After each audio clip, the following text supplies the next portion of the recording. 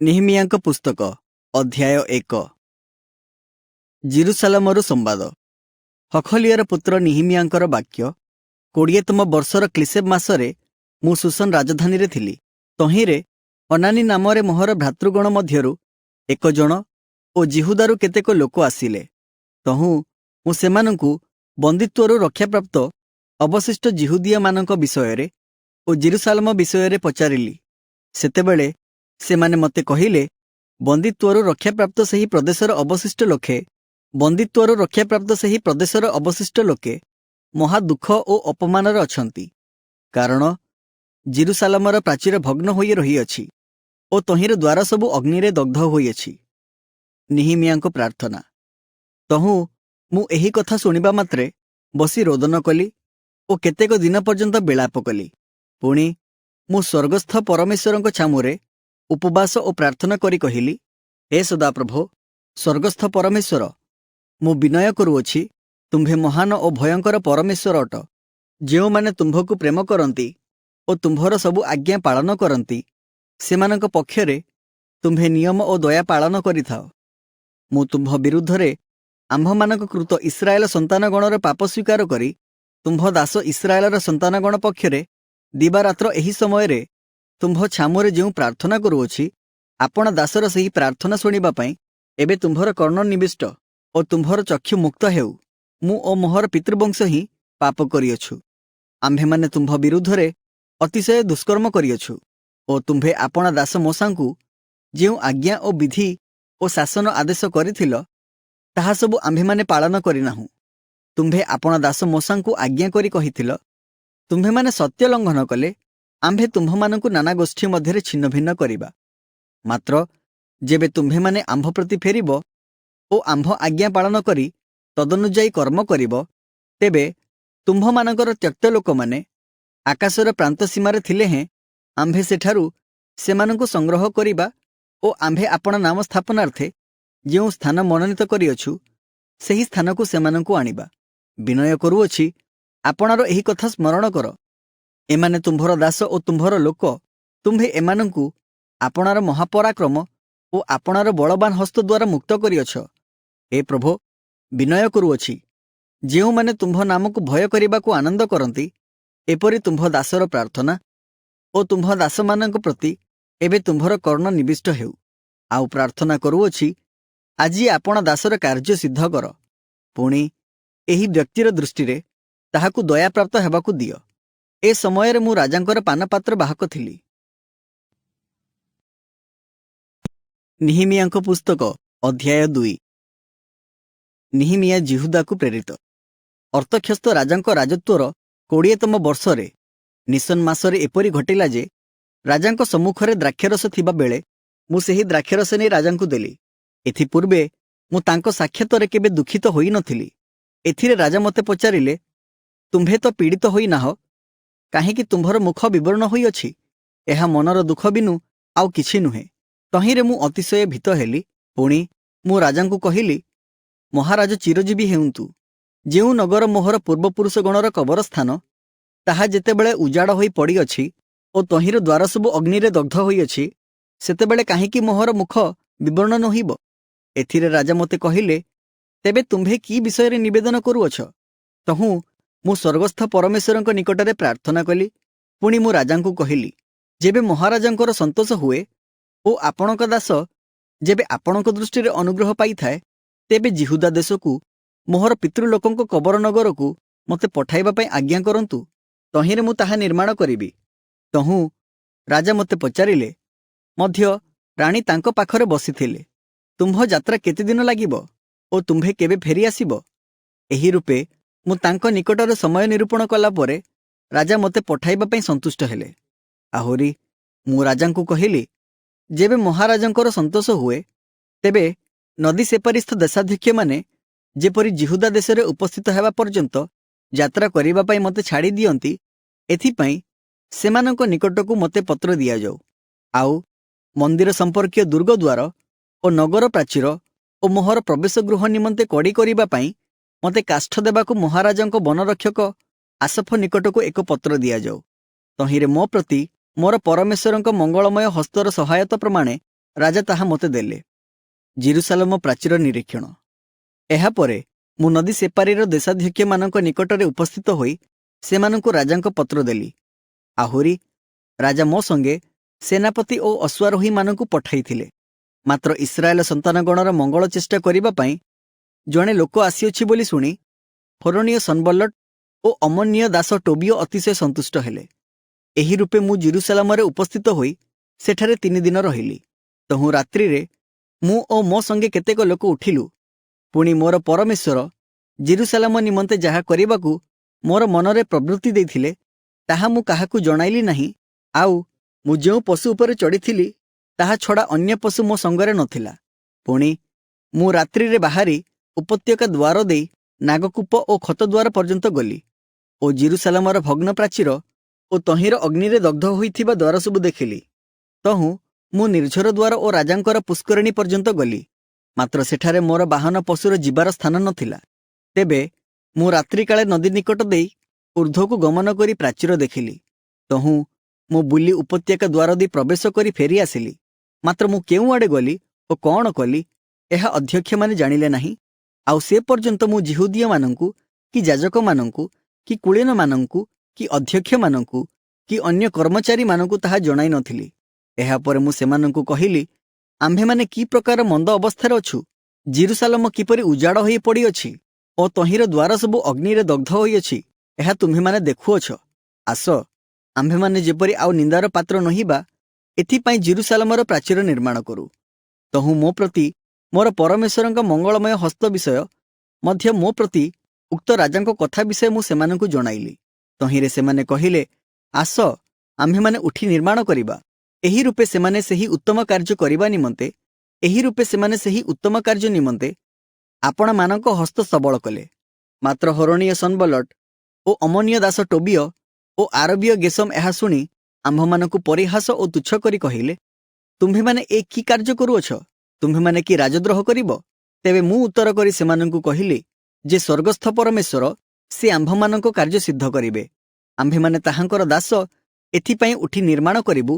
ମାତ୍ର ଜେରୁସାଲେମରେ ତୁମ୍ଭମାନଙ୍କର କୌଣସି ଅଂଶ କି ଅଧିକାର କି ସ୍ମୃତି ଚିହ୍ନ ନାହିଁ। ନେହେମିୟାଙ୍କ ପୁସ୍ତକ ଅଧ୍ୟାୟ 3। ଜେରୁସାଲେମ ପ୍ରାଚୀର ପୁନଃନିର୍ମାଣ। ଏହାପରେ ଇଲିଆସିବ ମହାଯାଜକ ଓ ତାହାର ଯାଜକ ଭାଇମାନେ ଉଠି ମେଷଦ୍ୱାର ଗଢ଼ିଲେ। ସେମାନେ ତାହା ପବିତ୍ର କରି ତହିଁର କବାଟ ସବୁ ସ୍ଥାପନ କଲେ। ଅମେୟା ଦୁର୍ଗ ଓ ହନନେଲ ଦୁର୍ଗ ପର୍ଯ୍ୟନ୍ତ ସେମାନେ ପବିତ୍ର କଲେ। ତାହାଙ୍କ ନିକଟରେ ଜିରିହୋର ଲୋକମାନେ ଗଢ଼ିଲେ ଓ ସେମାନଙ୍କ ନିକଟରେ ଇମିରିର ପୁତ୍ର ସକୁର ଗଢ଼ିଲା। ଆଉ ହସନାୟାର ସନ୍ତାନଗଣ ମତ୍ସ୍ୟ ଦ୍ୱାର ଗଢ଼ିଲେ। ସେମାନେ ତହିଁର କଡ଼ି ଚଢ଼ାଇଲେ ଓ ତହିଁର କବାଟ ଓ କିଳିନୀ ଓ ଅର୍ଗଳ ସବୁ ଲଗାଇଲେ। ପୁଣି ସେମାନଙ୍କ ନିକଟରେ ହକ୍କୋସର ପୌତ୍ର ଉରିୟର ପୁତ୍ର ମରେମୋତ ମରାମତି କଲା। ଆଉ ସେମାନଙ୍କ ନିକଟରେ ମଶେସ ବେଲର ପୌତ୍ର ବେରିଖିୟର ପୁତ୍ର ମଶୁଲମ ମରାମତି କଲା। ଆଉ ସେମାନଙ୍କ ନିକଟରେ ବାନାର ପୁତ୍ର ସାଦୋକ ମରାମତି କଲା। ପୁଣି ସେମାନଙ୍କ ନିକଟରେ ତକୋୟ ନଗରର ଲୋକମାନେ ମରାମତି କଲେ। ମାତ୍ର ସେମାନଙ୍କର ଦଳପତିମାନେ ଆପଣାମାନଙ୍କ ନେତାଙ୍କ କର୍ମ କରିବାକୁ ରାଜି ହେଲେ ନାହିଁ। ଆଉ ପାସେହର ପୁତ୍ର ଜିହୋୟାଦା ଓ ବସୁଦିଆର ପୁତ୍ର ମଶୁଲମ ପୁରାତନ ଦ୍ୱାରର ମରାମତି କଲେ। ସେମାନେ ତହିଁର କଡ଼ି ଚଢ଼ାଇଲେ, ଆଉ ତହିଁର କବାଟ, ହୁଡ଼ୁକା ଓ ଅର୍ଗଳ ସବୁ ଲଗାଇଲେ। ପୁଣି ସେମାନଙ୍କ ନିକଟରେ ଗିବିୟନୀୟ ମୋଲାଟିୟ ଓ ମେରୋଣଥୀୟ ଯାଦୁନ ଲୋକମାନେ ମରାମତି କଲେ। ସେମାନେ ଗିବିୟନ ଓ ମିସ୍ପା ନଗରର ମୁଖ୍ୟ ଥିଲେ। ନଦୀ ସେପାରିସ୍ଥ ମିସ୍ପା ଦେଶାଧ୍ୟକ୍ଷର ସ୍ଥାନ ଥିଲା। ତାହା ନିକଟରେ ସ୍ୱର୍ଣ୍ଣକାରମାନେ ହରହୟର ପୁତ୍ର ଉସିଏଲ ମରାମତି କଲେ। ଆଉ ତାହା ନିକଟରେ ଗନ୍ଧବଣିକମାନଙ୍କ ମଧ୍ୟରୁ ହନାନୀୟ ମରାମତି କଲା। ପୁଣି ସେମାନେ ପ୍ରଶସ୍ତ ପ୍ରାଚୀର ପର୍ଯ୍ୟନ୍ତ ଜେରୁସାଲେମ ଦୃଢ଼ କଲେ। ସେମାନଙ୍କ ନିକଟରେ ଜେରୁସାଲେମସ୍ଥ ପ୍ରଦେଶର ଅର୍ଦ୍ଧଭାଗର ଅଧ୍ୟକ୍ଷ ହୁରର ପୁତ୍ର ରଫାୟ ମରାମତି କଲା। ଆଉ ସେମାନଙ୍କ ନିକଟରେ ହରୁମଫର ପୁତ୍ର ଜିଦାୟ ଆପଣା ଗୃହ ସମ୍ମୁଖରେ ମରାମତି କଲା। ତାହା ନିକଟରେ ହସବନିୟର ପୁତ୍ର ହଟୁସ ମରାମତି କଲା। ହିରାମର ପୁତ୍ର ମଲକିୟ ଓ ପହତ ମୟାବର ପୁତ୍ର ହସୁବ ଅନ୍ୟ ଏକ ଅଂଶ ଓ ତୁନ୍ଦୁରୁ ଦୁର୍ଗର ମରାମତି କଲେ। ତାହା ନିକଟରେ ଜେରୁସାଲେମ ପ୍ରଦେଶର ଅର୍ଦ୍ଧଭାଗର ଅଧ୍ୟକ୍ଷ ହଲୋହେସର ପୁତ୍ର ସଲ୍ଲୁମ ଓ ତାହାର କନ୍ୟାମାନେ ମରାମତି କଲେ। ହାନୁନ ଓ ସାନହ ନିବାସୀମାନେ ଉପତ୍ୟକା ଦ୍ୱାରର ମରାମତି କଲେ। ସେମାନେ ତାହା ଗଢ଼ିଲେ ଓ ତହିଁର କବାଟ, କିଳିନି ଓ ଅର୍ଗଳ ସବୁ ଲଗାଇଲେ। ଆଉ ଖତ ଦ୍ୱାର ପର୍ଯ୍ୟନ୍ତ ପ୍ରାଚୀରର 1000 ହାତ ଦୃଢ଼ କଲେ। ପୁଣି ବେଥ୍ ହକ୍ଷରମ୍ ପ୍ରଦେଶର ଅଧ୍ୟକ୍ଷ ରେଖବର ପୁତ୍ର ମଲ୍କିୟ ଖତ ଦ୍ୱାରର ମରାମତି କଲା। ସେ ତାହା ଗଢ଼ିଲା ଓ ତହିଁର କବାଟ, କିଳିନି ଓ ଅର୍ଗଳ ସବୁ ଲଗାଇଲା। ପୁଣି ମିସ୍ପା ପ୍ରଦେଶର ଅଧ୍ୟକ୍ଷ କଲହୋସିର ପୁତ୍ର ସଲୁନ ନିର୍ଝର ଦ୍ୱାରର ମରାମତି କଲା। ସେ ତାହା ଗଢ଼ି ଆଚ୍ଛାଦନ କଲା ଓ ତହିଁର କବାଟ, କିଳିଣି ଓ ଅର୍ଗଳ ସବୁ ଲଗାଇଲା। ପୁଣି ଦାଉଦ ନଗରରୁ ତଳକୁ ଯିବା ପାହାଚ ପର୍ଯ୍ୟନ୍ତ ରାଜାଙ୍କର ଉଦ୍ୟାନ ନିକଟସ୍ଥ ସେଲା ପୁଷ୍କରିଣୀ ପ୍ରାଚୀର ମରାମତି କଲା। ତାହା ନିକଟରେ ବେତ୍ ସୁର୍ ଜିଲ୍ଲାର ଅର୍ଦ୍ଧଭାଗର ଅଧ୍ୟକ୍ଷ ଅସବୁକର ପୁତ୍ର ନିହିମିଆ ଦାଉଦଙ୍କର କବର ସମ୍ମୁଖ ପର୍ଯ୍ୟନ୍ତ ଓ ନିର୍ମିତ ପୁଷ୍କରିଣୀ ପର୍ଯ୍ୟନ୍ତ ଓ ବୀରମାନଙ୍କ ଗୃହ ପର୍ଯ୍ୟନ୍ତ ମରାମତି କଲା। ପ୍ରାଚୀର ନିର୍ମାଣ କାର୍ଯ୍ୟ କରିଥିବା ଲେବୀୟମାନେ। ତାହା ନିକଟରେ ଲେବୀୟମାନେ ଅର୍ଥାତ୍ ବାନିର ପୁତ୍ର ରହୁ ମରାମତି କଲା। ତାହା ନିକଟରେ କିଲା ଜିଲ୍ଲାର ଅର୍ଦ୍ଧଭାଗର ଅଧ୍ୟକ୍ଷ ହସବିୟ ଆପଣା ପ୍ରଦେଶ ପକ୍ଷରେ ମରାମତି କଲା। ତାହା ନିକଟରେ ସେମାନଙ୍କ ଭ୍ରାତୃଗଣ ଅର୍ଥାତ୍ କିଲା ପ୍ରଦେଶର ଅର୍ଦ୍ଧଭାଗର ଅଧ୍ୟକ୍ଷ ହେନାଦଦର ପୁତ୍ର ବବୟ ମରାମତି କଲା। ତାହା ନିକଟରେ ମିସ୍ପାର ଅଧ୍ୟକ୍ଷ ଜେସୁୟର ପୁତ୍ର ଏସର ପ୍ରାଚୀରର ବାଙ୍କ ନିକଟସ୍ଥ ଅସ୍ତ୍ରାଗାରର ଉଠାଣି ପଥ ସମ୍ମୁଖରେ ଅନ୍ୟ ଏକ ଅଂଶର ମରାମତି କଲା। ତାହା ନିକଟରେ ସବୟର ପୁତ୍ର ବାରୁକ ଯତ୍ନ କରି ପ୍ରାଚୀରର ବାଙ୍କଠାରୁ ଇଲିଆସିବ ମହାଯାଜକର ଗୃହଦ୍ୱାର ପର୍ଯ୍ୟନ୍ତ ଅନ୍ୟ ଏକ ଅଂଶର ମରାମତି କଲା।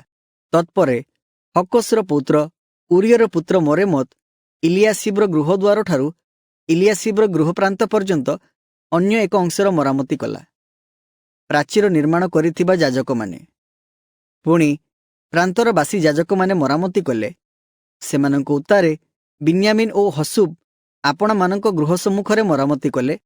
ସେମାନଙ୍କ ଉତ୍ତାରେ ଅନନୀୟର ପୁତ୍ର ମାସେୟର ପୁତ୍ର ଅସରିୟ ଆପଣା ଗୃହ ନିକଟରେ ମରାମତି କଲା।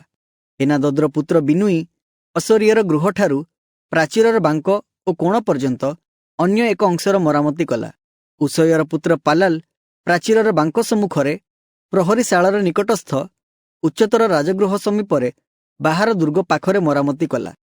ତାହାଙ୍କ ପରେ ପରିୟସର ପୁତ୍ର ପଦାୟ ମରାମତି କଲା। ଏହି ସମୟରେ ଓଫଲରେ ବାସ କରୁଥିବା ନଥିନୀୟମାନେ ଜଳଦ୍ୱାରର ପୂର୍ବ ଦିଗର ସମ୍ମୁଖ ପର୍ଯ୍ୟନ୍ତ ଓ ବାହାର ଦୁର୍ଗ ପର୍ଯ୍ୟନ୍ତ ମରାମତି କଲେ। ଅନ୍ୟ ନିର୍ମାଣକାରୀମାନେ। ତାହାପରେ ତକୁଇୟମାନେ ବାହାରସ୍ଥ ବଡ଼ ଦୁର୍ଗ ସମ୍ମୁଖରୁ ଓଫଲର ପ୍ରାଚୀର ପର୍ଯ୍ୟନ୍ତ ଅନ୍ୟ ଏକ ଅଂଶର ମରାମତି କଲେ। ଯାଜକମାନେ ପ୍ରତ୍ୟେକେ ଆପଣା ଆପଣା ଗୃହ ସମ୍ମୁଖରେ ଅଶ୍ୱ ଦ୍ୱାରର ଉପର ଭାଗର ମରାମତି କଲେ। ସେମାନଙ୍କ ପରେ ଇମେରର ପୁତ୍ର ସାଦୋକ ଆପଣା ଗୃହ ସମ୍ମୁଖରେ ମରାମତି କଲା। ପୁଣି ତାହାପରେ ପୂର୍ବ ଦ୍ୱାରପାଳ ସଖନିୟର ପୁତ୍ର ସମୟୀୟ ମରାମତି କଲା। ତାହାପରେ ସେଲିମିୟର ପୁତ୍ର ହନାନୀୟ ଓ ସାଲଫର ଷଷ୍ଠ ପୁତ୍ର ହାନୁନ ଅନ୍ୟ ଏକ ଅଂଶର ମରାମତି କଲେ। ତାହାପରେ ବେରିଖିୟର ପୁତ୍ର ମସୁଲମ ଆପଣା କୋଠରୀ ସମ୍ମୁଖରେ ମରାମତି କଲା। ତାହାପରେ ମଲ୍କିୟ ନାମକ ଜଣେ ସ୍ୱର୍ଣ୍ଣକାର ଅମିପ୍କ ଦ୍ୱାରର ସମ୍ମୁଖସ୍ଥ ନଥିନୀୟମାନଙ୍କର ଓ ବଣିକମାନଙ୍କର ଗୃହ ପର୍ଯ୍ୟନ୍ତ ଆଉ କୋଣର ଉଠାଣି ପର୍ଯ୍ୟନ୍ତ ମରାମତି କଲା। ପୁଣି କୋଣର ଉଠାଣି ଓ ମେଷ ଦ୍ୱାର ମଧ୍ୟରେ ସ୍ୱର୍ଣ୍ଣକାର ଓ ବଣିକମାନେ ମରାମତି କଲେ। ନିହିମିଆଙ୍କ ପୁସ୍ତକ ଅଧ୍ୟାୟ 4। ନିର୍ମାଣ କାର୍ଯ୍ୟରେ ପ୍ରତିବାଧା। ମାତ୍ର ଆମ୍ଭେମାନେ ପ୍ରାଚୀର ଗଢ଼ୁଅଛୁ ବୋଲି ଶୁଣି ସନବଲ୍ଲଟ କୁପିତ ଓ ଅତିଶୟ ବିରକ୍ତ ହୋଇ ଜିହୁଦୀୟମାନଙ୍କୁ ପରିହାସ କଲା। ଆଉ ସେ ଆପଣା ଭ୍ରାତୃଗଣ ଓ ସମରୀୟ ସୈନ୍ୟଦଳ ସାକ୍ଷାତରେ ଏହି କଥା କହିଲା, ଏହି ଦୁର୍ବଳ ଜିହୁଦୀୟମାନେ କ'ଣ କରୁଅଛନ୍ତି? ସେମାନେ କ'ଣ ଗଡ଼ବନ୍ଦୀ କରି ରହିବେ? ସେମାନେ କ'ଣ ବଳିଦାନ କରିବେ? ସେମାନେ କ'ଣ ଦିନକରେ ସମାପ୍ତ କରିବେ? ସେମାନେ କ'ଣ କାନ୍ଥଡ଼ାର ଢିପିରୁ ଦଗ୍ଧପ୍ରସ୍ତର କାଢ଼ି ସଜୀବ କରିବେ? ଏହି ସମୟରେ ଅମନୀୟ ଟୋବିୟ ତାହା ପାଖରେ ଥିଲା। ଆଉ ସେ କହିଲା, ମଧ୍ୟ ସେମାନେ ଯାହା ଗଢ଼ୁଅଛନ୍ତି, ବିଲୁଆ ଚଢ଼ିଗଲେ ସେ ସେମାନଙ୍କ ପଥରେ ପାଚେରି ଭାଙ୍ଗି ପକାଇବ। ହେ ଆମ୍ଭମାନଙ୍କ ପରମେଶ୍ୱର, ଶ୍ରବଣ କର, କାରଣ ଆମ୍ଭେମାନେ ତୁଚ୍ଛୀକୃତ ହେଉଅଛୁ। ସେମାନଙ୍କ ପରିହାସ ସେମାନଙ୍କ ନିଜ ମସ୍ତକରେ ବର୍ତ୍ତାଅ ଓ ସେମାନଙ୍କୁ ବିଦେଶରେ ବନ୍ଦୀ କରି ଲୁଟିତ ହେବାକୁ ସମର୍ପଣ କର। ଆଉ ସେମାନଙ୍କ ଅଧର୍ମ ଆଚ୍ଛାଦନ କର ନାହିଁ ଓ ତୁମ୍ଭ ସମ୍ମୁଖରୁ ସେମାନଙ୍କ ପାପ ମାର୍ଜିତ ନ ହେଉ, କାରଣ ନିର୍ମାଣକାରୀମାନଙ୍କ ସାକ୍ଷାତରେ ସେମାନେ ତୁମ୍ଭକୁ ବିରକ୍ତ କରିଅଛନ୍ତି। ଏହି ରୂପେ ଆମ୍ଭେମାନେ ପ୍ରାଚୀର ଗଢ଼ିଲୁ ଓ ତହିଁର ଉଚ୍ଚତାର ଅର୍ଦ୍ଧ ପର୍ଯ୍ୟନ୍ତ ସମୁଦାୟ ପ୍ରାଚୀର ଏକତ୍ର ସଂଯୁକ୍ତ କରାଗଲା। ଯେଣୁ କର୍ମ କରିବାକୁ ଲୋକମାନଙ୍କର ମନ ଥିଲା। ମାତ୍ର ଜିରୁସାଲମ ପ୍ରାଚୀରର ମରାମତି କାର୍ଯ୍ୟ ଅଗ୍ରସର ହେଉଅଛି ଓ ଭଗ୍ନସ୍ଥାନ ସବୁ ବନ୍ଦ ହେବାକୁ ଲାଗୁଅଛି। ଏହା ଶୁଣି ସନବଲ୍ଲଟ ଓ ଟୋବିୟ, ପୁଣି ଆରବୀୟମାନେ ଓ ଅମନୀୟମାନେ ଓ ଅସ୍ଦୋଦୀୟମାନେ ଅତିଶୟ କ୍ରୁଦ୍ଧ ହେଲେ। ପୁଣି ସେ ସମସ୍ତେ ଜିରୁସାଲମକୁ ଯାଇ ତହିଁ ବିରୁଦ୍ଧରେ ଯୁଦ୍ଧ କରିବାକୁ ଓ ତହିଁ ମଧ୍ୟରେ ଗଣ୍ଡଗୋଳ କରିବାକୁ ଏକତ୍ର ଚକ୍ରାନ୍ତ କଲେ। ମାତ୍ର ଆମ୍ଭେମାନେ ସେମାନଙ୍କ ସକାଶୁ ଆପଣାମାନଙ୍କ ପରମେଶ୍ୱରଙ୍କ ନିକଟରେ ପ୍ରାର୍ଥନା କଲୁ ଓ ଦିବାରାତ୍ର ସେମାନଙ୍କ ବିରୁଦ୍ଧରେ ପ୍ରହରୀ ରଖିଲୁ। ସେତେବେଳେ ଜିହୁଦା କହିଲା, ଭାରବାହକମାନଙ୍କର ବଳ କ୍ଷୀଣ ହୋଇଅଛି, ଆଉ ଅନେକ ଭଙ୍ଗା କାନ୍ଥ ଅଛି। ଏଣୁ ଆମ୍ଭେମାନେ ପ୍ରାଚୀର ଗଢ଼ି ପାରୁନାହୁଁ। ପୁଣି ଆମ୍ଭମାନଙ୍କ ବିପକ୍ଷମାନେ କହିଲେ, ଆମ୍ଭେମାନେ ସେମାନଙ୍କ ମଧ୍ୟରେ ଉପସ୍ଥିତ ହୋଇ ସେମାନଙ୍କୁ ବଧ ଓ ସେମାନଙ୍କ କାର୍ଯ୍ୟ ବନ୍ଦ କରିବା ପର୍ଯ୍ୟନ୍ତ ସେମାନେ ଜାଣିବେ ନାହିଁ ଅବା ଦେଖିବେ ନାହିଁ। ଆଉ ସେମାନଙ୍କ ନିକଟବାସୀ ଜିହୁଦୀୟମାନେ ସବୁ ସ୍ଥାନରୁ ଆସି ଆମ୍ଭମାନଙ୍କୁ 10 ଥର କହିଲେ, ତୁମ୍ଭମାନଙ୍କୁ ଆମ୍ଭମାନଙ୍କ ନିକଟକୁ ଫେରି ଆସିବାକୁ ହେବ। ଏହେତୁ ମୁଁ ପ୍ରାଚୀର ପଛଆଡ଼େ ନିଚସ୍ଥ ମେଲା ସ୍ଥାନରେ ଲୋକମାନଙ୍କୁ ସେମାନଙ୍କ ପରିବାର ଅନୁସାରେ ସେମାନଙ୍କ ଖଡ଼ଗ ଓ ବର୍ଚ୍ଛା ଓ ଧନୁ ସହିତ ନିଯୁକ୍ତ କଲି। ତହୁଁ ମୁଁ ଦୃଷ୍ଟିପାତ କଲି ଓ ଉଠି କୁଳୀନମାନଙ୍କୁ ଓ ଅଧ୍ୟକ୍ଷମାନଙ୍କୁ ଓ ଅନ୍ୟାନ୍ୟ ଲୋକଙ୍କୁ କହିଲି, ତୁମ୍ଭେମାନେ ସେମାନଙ୍କ ବିଷୟରେ ଭୀତ ହୁଅ ନାହିଁ, ପ୍ରଭୁଙ୍କୁ ସ୍ମରଣ କର। ସେ ମହାନ ଓ ଭୟଙ୍କର ଅଟନ୍ତି। ଆଉ ତୁମ୍ଭେମାନେ ଆପଣା ଆପଣା ଭ୍ରାତୃଗଣ, ପୁତ୍ର ଓ କନ୍ୟାଗଣ, ଆପଣା ଆପଣା ଭାର୍ଯ୍ୟଗଣ ଓ ଗୃହ ନିମନ୍ତେ ଯୁଦ୍ଧ କର। କାର୍ଯ୍ୟର ପୁନରାରମ୍ଭ ପରେ ଆମ୍ଭମାନଙ୍କ ଶତ୍ରୁଗଣର ମନ୍ତ୍ରଣା ଆମ୍ଭମାନଙ୍କୁ ଜଣାଯାଇଅଛି ଓ ପରମେଶ୍ୱର ତାହା ବିଫଳ କରିଅଛନ୍ତି। ଏହା ସେମାନେ ଶୁଣନ୍ତେ ଆମ୍ଭେମାନେ ପ୍ରତ୍ୟେକେ ପ୍ରାଚୀରରେ ଆପଣା ଆପଣା କାର୍ଯ୍ୟକୁ ଫେରିଗଲୁ। ଆଉ ସେହି ଦିନଠାରୁ ଆମ୍ଭ ଦାସଗଣର ଅର୍ଦ୍ଧେକ କର୍ମ କଲେ ଓ ସେମାନଙ୍କର ଅର୍ଦ୍ଧେକ ବର୍ଚ୍ଛା, ଢାଲ, ଧନୁ ଓ ସାଞ୍ଜୁଆ ଧରି ରହିଲେ। ପୁଣି ଅଧ୍ୟକ୍ଷମାନେ ଜିହୁଦାର ସମଗ୍ର ଗୋଷ୍ଠୀର ପଛରେ ରହିଲେ। ଯେଉଁମାନେ ପ୍ରାଚୀର ଗଢ଼ିଲେ ଓ ଯେଉଁମାନେ ଭାର ବୋହିଲେ, ସେମାନେ ଆପେ ଆପେ ଭାର ଉଠାଇଲେ। ପ୍ରତି ଜଣ ଏକ ହସ୍ତରେ କର୍ମ କଲେ ଓ ଅନ୍ୟ ହସ୍ତରେ ଅସ୍ତ୍ର ଧରିଲେ। ନିର୍ମାଣକାରୀମାନଙ୍କର ପ୍ରତ୍ୟେକେ ଆପଣା ଆପଣା କଟି ଦେଶରେ ଖଡ଼ଗ ବାନ୍ଧି ସେହିପରି କାର୍ଯ୍ୟ କଲେ। ପୁଣି ତୁରୀ ବଜାଇବା ଲୋକ ଆମ୍ଭ ନିକଟରେ ରହିଲା। ଏହାପରେ ଆମ୍ଭେ କୁଳୀନମାନଙ୍କୁ ଓ ଅଧ୍ୟକ୍ଷମାନଙ୍କୁ ଓ ଅନ୍ୟାନ୍ୟ ଲୋକଙ୍କୁ କହିଲୁ, କାର୍ଯ୍ୟ ଭାରି ଓ ବିସ୍ତୀର୍ଣ୍ଣ। ପୁଣି ଆମ୍ଭେମାନେ ପ୍ରାଚୀର ଉପରେ ପୃଥକ ହୋଇ ଏକ ଆରେକଠାରୁ ଦୂରରେ ଅଛୁ। ଏହେତୁ ଯେ କୌଣସି ସ୍ଥାନରେ ତୁରୀର ଶବ୍ଦ ଶୁଣିବ, ସେ ସ୍ଥାନରୁ ଆମ୍ଭମାନଙ୍କ ନିକଟକୁ ଆସିବ। ଆମ୍ଭମାନଙ୍କ ପରମେଶ୍ୱର ଆମ୍ଭମାନଙ୍କ ପକ୍ଷରେ ଯୁଦ୍ଧ କରିବେ। ଏହି ରୂପେ ଆମ୍ଭେମାନେ ସେହି କାର୍ଯ୍ୟରେ ପରିଶ୍ରମ କଲୁ। ପୁଣି ପ୍ରତ୍ୟୁଷ ସମୟଠାରୁ ତାରା ଦେଖାଯିବ ପର୍ଯ୍ୟନ୍ତ ସେମାନଙ୍କର ଅର୍ଦ୍ଧେକ ଲୋକ ବର୍ଚ୍ଛା ଧରିଲେ।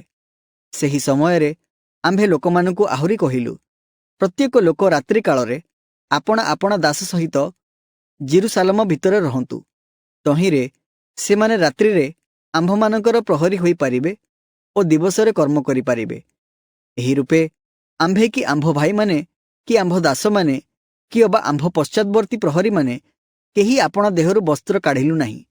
ପ୍ରତି ଜଣ ଆପଣା ଆପଣା ଅସ୍ତ୍ରଶସ୍ତ୍ର ସହିତ ଜଳ ନିକଟକୁ ଗଲୁ।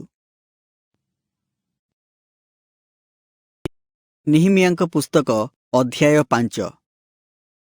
ଦରିଦ୍ରମାନଙ୍କ ଉପରେ ଅତ୍ୟାଚାର ନିଷେଧ। ଏଥି ଉତ୍ତାରେ ଜିହୁଦୀୟ ଭାଇମାନଙ୍କ ବିରୁଦ୍ଧରେ ଲୋକମାନଙ୍କର ଓ ସେମାନଙ୍କ ଭାର୍ଯ୍ୟଗଣ ସ୍ୱର ଉତ୍ତୋଳନ କଲେ। କାରଣ କେହି କେହି କହିଲେ, ଆମ୍ଭେମାନେ ଆମ୍ଭମାନଙ୍କ ପୁତ୍ର ଓ କନ୍ୟାଗଣ ସମେତ ଅନେକ ଲୋକ ଅଟୁ।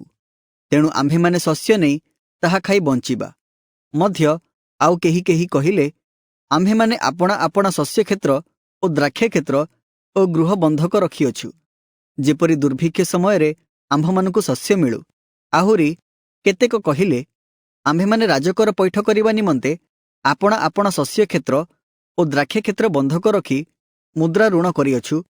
ମାତ୍ର ଆମ୍ଭମାନଙ୍କ ଶରୀର ଆମ୍ଭମାନଙ୍କ ଭ୍ରାତୃଗଣର ଶରୀର ସମାନ, ଆମ୍ଭମାନଙ୍କ ସନ୍ତାନଗଣ ସେମାନଙ୍କ ସନ୍ତାନଗଣର ସମାନ।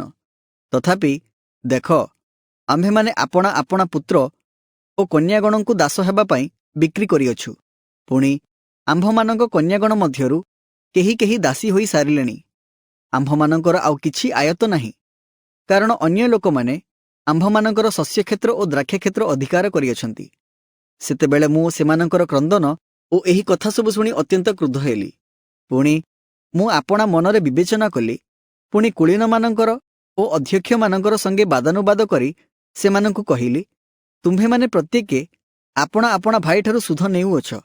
ତହୁଁ ମୁଁ ସେମାନଙ୍କ ବିରୁଦ୍ଧରେ ଅଭିଯୋଗ କଲି। ଆଉ ମୁଁ ସେମାନଙ୍କୁ କହିଲି, ଆମ୍ଭମାନଙ୍କର ଜିହୁଦୀୟ ଭାଇମାନେ ଅନ୍ୟ ଦେଶୀୟମାନଙ୍କ ନିକଟରେ ବିକାଯାଇଥିଲେ। ଆମ୍ଭେମାନେ ସେମାନଙ୍କୁ ଆପଣା ସାମର୍ଥ୍ୟରେ ମୁକ୍ତ କରିଅଛୁ। ଏବେ ତୁମ୍ଭେମାନେ କ'ଣ ଆପଣା ଭାଇମାନଙ୍କୁ ବିକ୍ରି କରିବ ଓ ସେମାନେ କ'ଣ ଆମ୍ଭମାନଙ୍କ ନିକଟରେ ବିକାଯିବେ? ଏଥିରେ ସେମାନେ ନୀରବ ହେଲେ, କିଛି ଉତ୍ତର ଦେଇପାରିଲେ ନାହିଁ। ଆହୁରି ମୁଁ କହିଲି, ତୁମ୍ଭେମାନେ ଯେଉଁ କାର୍ଯ୍ୟ କରୁଅଛ ତାହା ଭଲ ନୁହେଁ। ଆମ୍ଭମାନଙ୍କ ଶତ୍ରୁ ଅନ୍ୟ ଦେଶୀୟମାନଙ୍କର ତିରସ୍କାରକୁ ରୋକିବା ପାଇଁ ଆମ୍ଭମାନଙ୍କ ପରମେଶ୍ୱରଙ୍କ ପ୍ରତି ଭୟରେ ଆଚରଣ କରିବା କ'ଣ ତୁମ୍ଭମାନଙ୍କର ଉଚିତ ନୁହେଁ? ମଧ୍ୟ ମୁଁ, ମୋ ଭାଇମାନେ ଓ ମୋହର ଦାସମାନେ ସୁଧରେ ସେମାନଙ୍କୁ ମୁଦ୍ରା ଓ ଶସ୍ୟ ଋଣ ଦେଉଅଛୁ।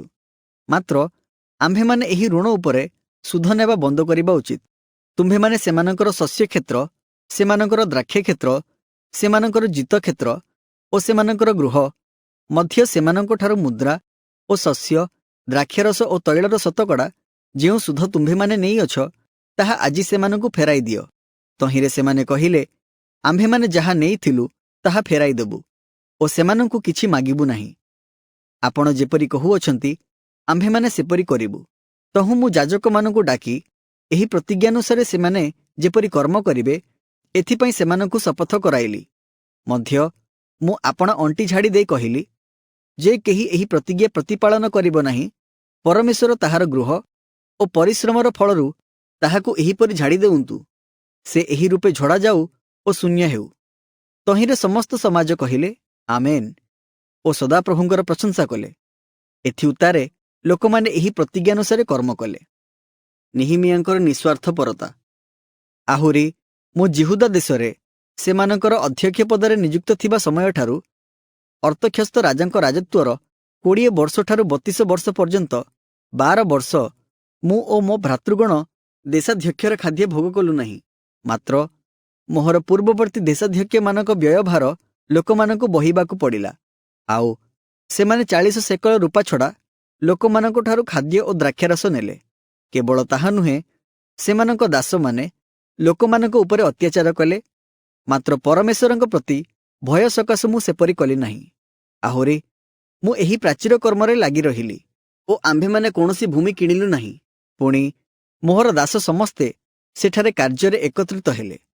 ତଥାପି ଆମ୍ଭମାନଙ୍କ ଚତୁର୍ଦିଗସ୍ଥ ଅନ୍ୟ ଦେଶୀୟମାନଙ୍କ ମଧ୍ୟରୁ ଆମ୍ଭମାନଙ୍କ ନିକଟକୁ ଆଗତ ଲୋକମାନଙ୍କ ଛଡ଼ା ଜିହୁଦୀ ଓ ଅଧ୍ୟକ୍ଷ 150 ଲୋକ ମୋ ଭୋଜନାସନରେ ବସିଲେ। ସେ ସମୟରେ ପ୍ରତିଦିନ ଏକ ବଳଦ ଓ 6 ଗୋଟି ବଛା ମେଷ ପ୍ରସ୍ତୁତ କରାଗଲା। ମଧ୍ୟ ମୋ ପାଇଁ କେତେକ ପକ୍ଷୀ ପ୍ରସ୍ତୁତ କରାଗଲା ଓ 10 ଦିନରେ ଥରେ ସର୍ବପ୍ରକାର ଦ୍ରାକ୍ଷରସ ଆୟୋଜନ କରାଗଲା। ତଥାପି ମୁଁ ଏସବୁ ଲାଗି ଦେଶାଧ୍ୟକ୍ଷର ଖାଦ୍ୟ ଚାହିଁଲି ନାହିଁ, କାରଣ ଏହି ଲୋକଙ୍କ ଉପରେ ଦାସତ୍ୱର ଭାର ଭୟଙ୍କର ହୋଇଥିଲା। ଏ ମୋହର ପରମେଶ୍ୱର, ମୁଁ ଏହି ଲୋକମାନଙ୍କ ନିମନ୍ତେ ଯେଉଁ ଯେଉଁ କାର୍ଯ୍ୟ କରିଅଛି, ମୋ ପକ୍ଷରେ ମଙ୍ଗଳ ନିମନ୍ତେ ତାହା ସବୁ ସ୍ମରଣ କର। ନିହିମିୟାଙ୍କ ପୁସ୍ତକ ଅଧ୍ୟାୟ 6। ନିହିମିୟାଙ୍କ ବିରୁଦ୍ଧରେ ଷଡ଼ଯନ୍ତ୍ର।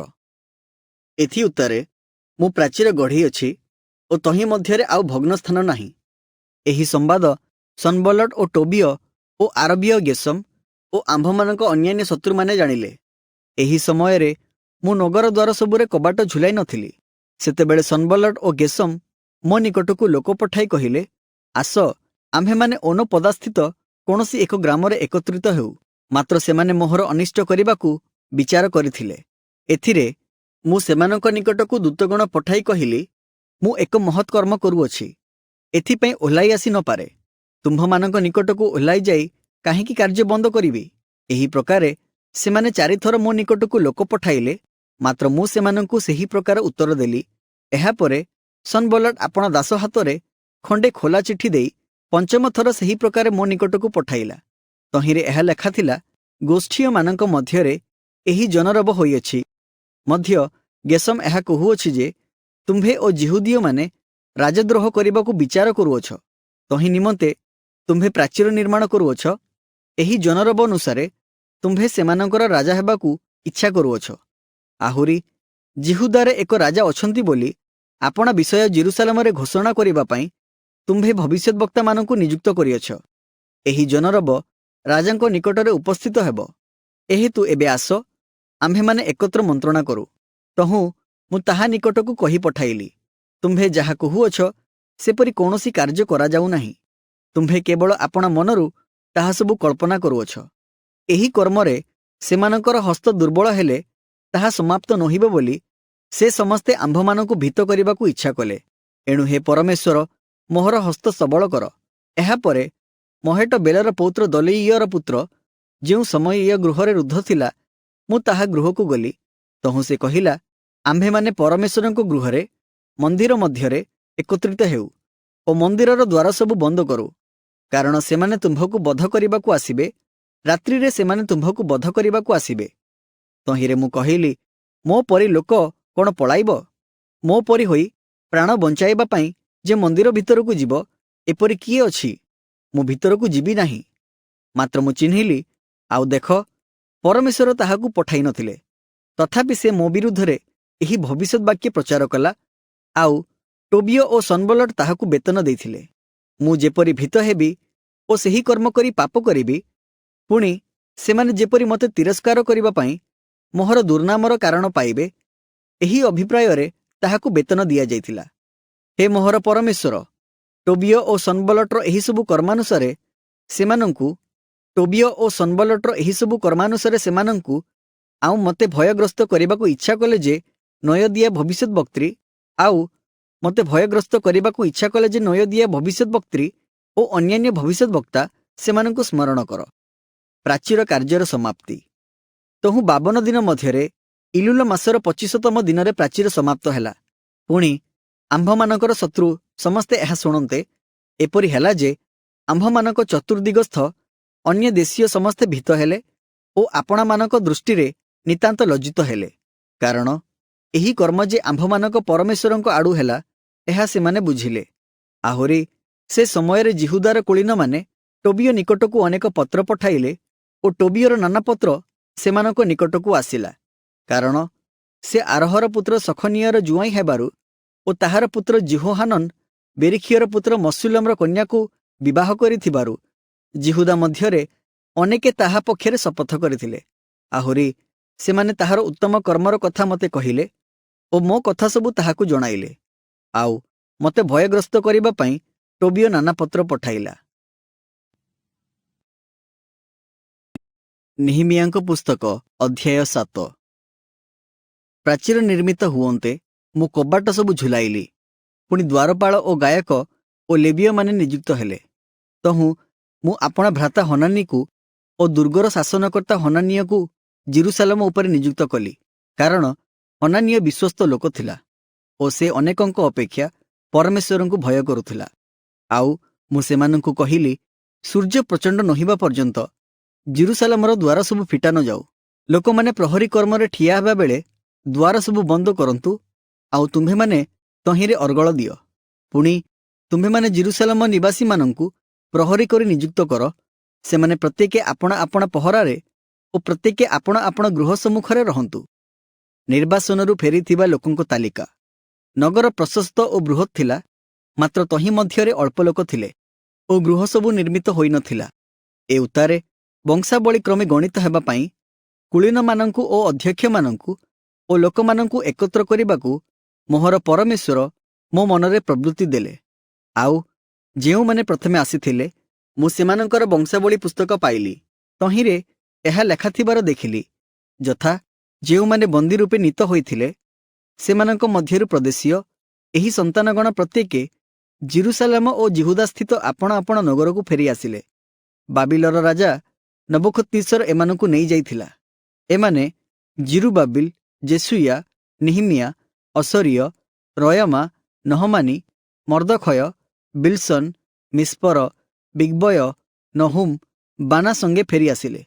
ଇସ୍ରାଏଲ ବଂଶୀୟ ପୁରୁଷଗଣର ସଂଖ୍ୟା ଏହି, ଯଥା ପରିୟସର ସନ୍ତାନ 2172 ଜଣ, ସଫଟିୟର ସନ୍ତାନ 372 ଜଣ, ଆରହର ସନ୍ତାନ 652 ଜଣ, ଜେସୁୟ ଓ ଜୋୟାବର ସନ୍ତାନଗଣ ମଧ୍ୟରୁ ପହତ୍ ମୋୟାବର ସନ୍ତାନ 2818 ଜଣ, ଏଲମ୍ର ସନ୍ତାନ 1254 ଜଣ, ସତୁର ସନ୍ତାନ 845 ଜଣ, ସକୟର ସନ୍ତାନ 760 ଜଣ, ବିନୁଇର ସନ୍ତାନ 648 ଜଣ, ବେବୟର ସନ୍ତାନ 628 ଜଣ, ଅସ୍ଗଦର ସନ୍ତାନ 2322 ଜଣ, ଓଦୋନିକାମର ସନ୍ତାନ 667 ଜଣ, ବିଗ୍ବୟର ସନ୍ତାନ 2067 ଜଣ, ଆଦିନର ସନ୍ତାନ 655 ଜଣ, ହିଜକିୟର ବଂଶଜାତ ଆଟେରର ସନ୍ତାନ 98 ଜଣ, ପଶୁମର ସନ୍ତାନ 328 ଜଣ, ବେତ୍ସୟର ସନ୍ତାନ 324 ଜଣ, ହାରିଫର ସନ୍ତାନ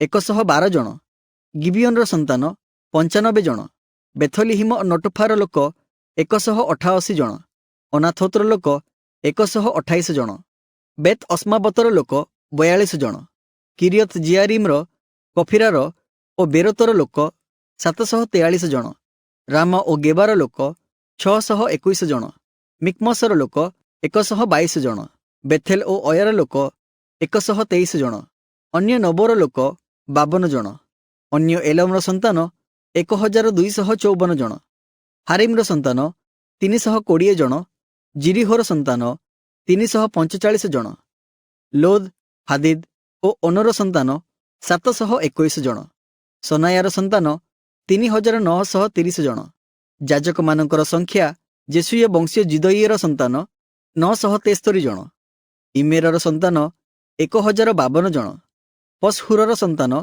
1247 ଜଣ, ହାରିମ୍ର ସନ୍ତାନ 1017 ଜଣ, ଲେବୀୟମାନଙ୍କର ସଂଖ୍ୟା ହେଦବାର ସନ୍ତାନ ଜେସୁୟର ସନ୍ତାନ କଦ୍ମିଏଲର ସନ୍ତାନ 74 ଜଣ, ଗାୟକମାନଙ୍କ ସଂଖ୍ୟା ଆସଫର ସନ୍ତାନ 148 ଜଣ, ଦ୍ୱାରପାଳମାନଙ୍କ ସଂଖ୍ୟା ସଲୁମର ସନ୍ତାନ, ଆଟେରର ସନ୍ତାନ, ଟଲମୋନର ସନ୍ତାନ, ଅକୁବର ସନ୍ତାନ, ହଟିଟାର ସନ୍ତାନ, ଶୋବୟର ସନ୍ତାନ 138 ଜଣ, ନଥିନୀୟମାନଙ୍କ ସଂଖ୍ୟା ସିହର ସନ୍ତାନଗଣ, ହସୁଫାର ସନ୍ତାନଗଣ, ଟବାୟତର ସନ୍ତାନଗଣ, କେରୋସର ସନ୍ତାନଗଣ, ସିୟର ସନ୍ତାନଗଣ, ପାଦନର ସନ୍ତାନଗଣ, ଲବାନର ସନ୍ତାନଗଣ, ଅଗାବାର ସନ୍ତାନଗଣ, ସଲମୟର ସନ୍ତାନଗଣ, ହାନନର ସନ୍ତାନଗଣ, ଗିଦେଲର ସନ୍ତାନଗଣ, ଗହରର ସନ୍ତାନଗଣ, ରାୟାର ସନ୍ତାନଗଣ, ରତ୍ସିନର ସନ୍ତାନଗଣ, ନକୋଦର ସନ୍ତାନଗଣ, ଗସମର ସନ୍ତାନଗଣ, ଉସର ସନ୍ତାନଗଣ, ପାସେହର ସନ୍ତାନଗଣ,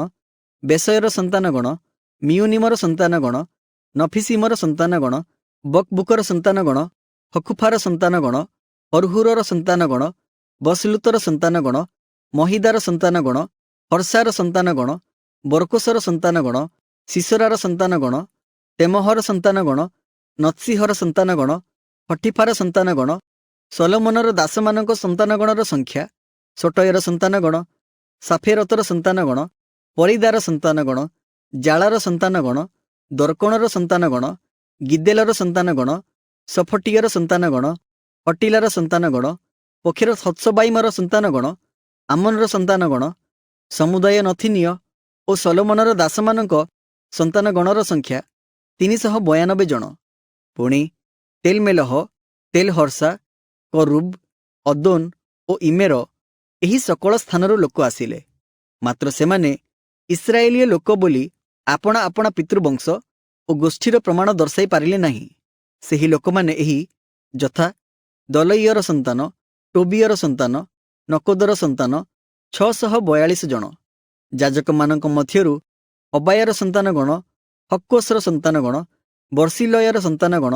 ଏହି ବର୍ଷିଲୟ ଗିଲିୟଦୀୟ ବର୍ଷିଲୟର ଏକ କନ୍ୟାକୁ ବିବାହ କରିବାରୁ ତାହାର ନାମାନୁସାରେ ଖ୍ୟାତ ହୋଇଥିଲା।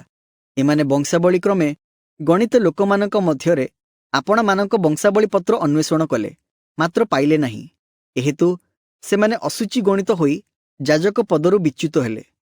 ପୁଣି ଶାସନକର୍ତ୍ତା ସେମାନଙ୍କୁ କହିଲା ଯେ, ଉରିମ୍ ଓ ତୁମିମ୍ଧାରୀ ଯାଜକ ଉତ୍ପନ୍ନ ନ ହେବା ପର୍ଯ୍ୟନ୍ତ ତୁମ୍ଭେମାନେ ଯାଜକ ଭାଗର ପବିତ୍ର ଖାଦ୍ୟ ଖାଇବ ନାହିଁ।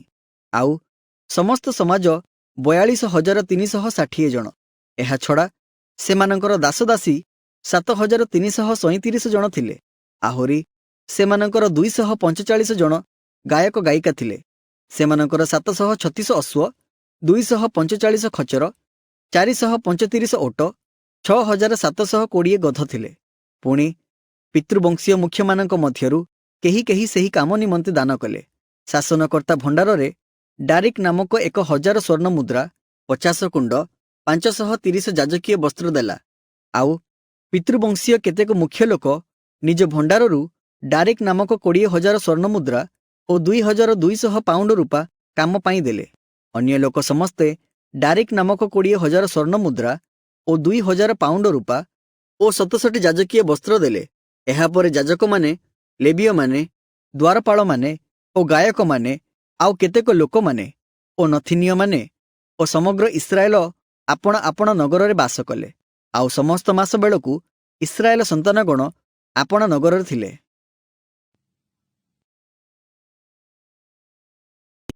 ନେହେମିୟାଙ୍କ ପୁସ୍ତକ ଅଧ୍ୟାୟ 8। ଏଜ୍ରାଙ୍କ ବ୍ୟବସ୍ଥା ପଠନ। ପୁଣି ସମସ୍ତ ଲୋକ ଏକ ଉଦ୍ଦେଶ୍ୟରେ ଜଳଦ୍ୱାର ସମ୍ମୁଖସ୍ଥ ଛକରେ ଏକତ୍ରିତ ହେଲେ। ଆଉ ସଦାପ୍ରଭୁ ଇସ୍ରାଏଲକୁ ମୋଶାଙ୍କର ଯେଉଁ ବ୍ୟବସ୍ଥା ପୁସ୍ତକ ଆଜ୍ଞା କରିଥିଲେ ତାହା ଆଣିବା ପାଇଁ ସେମାନେ ଏଜ୍ରା ଅଧ୍ୟାପକକୁ କହିଲେ।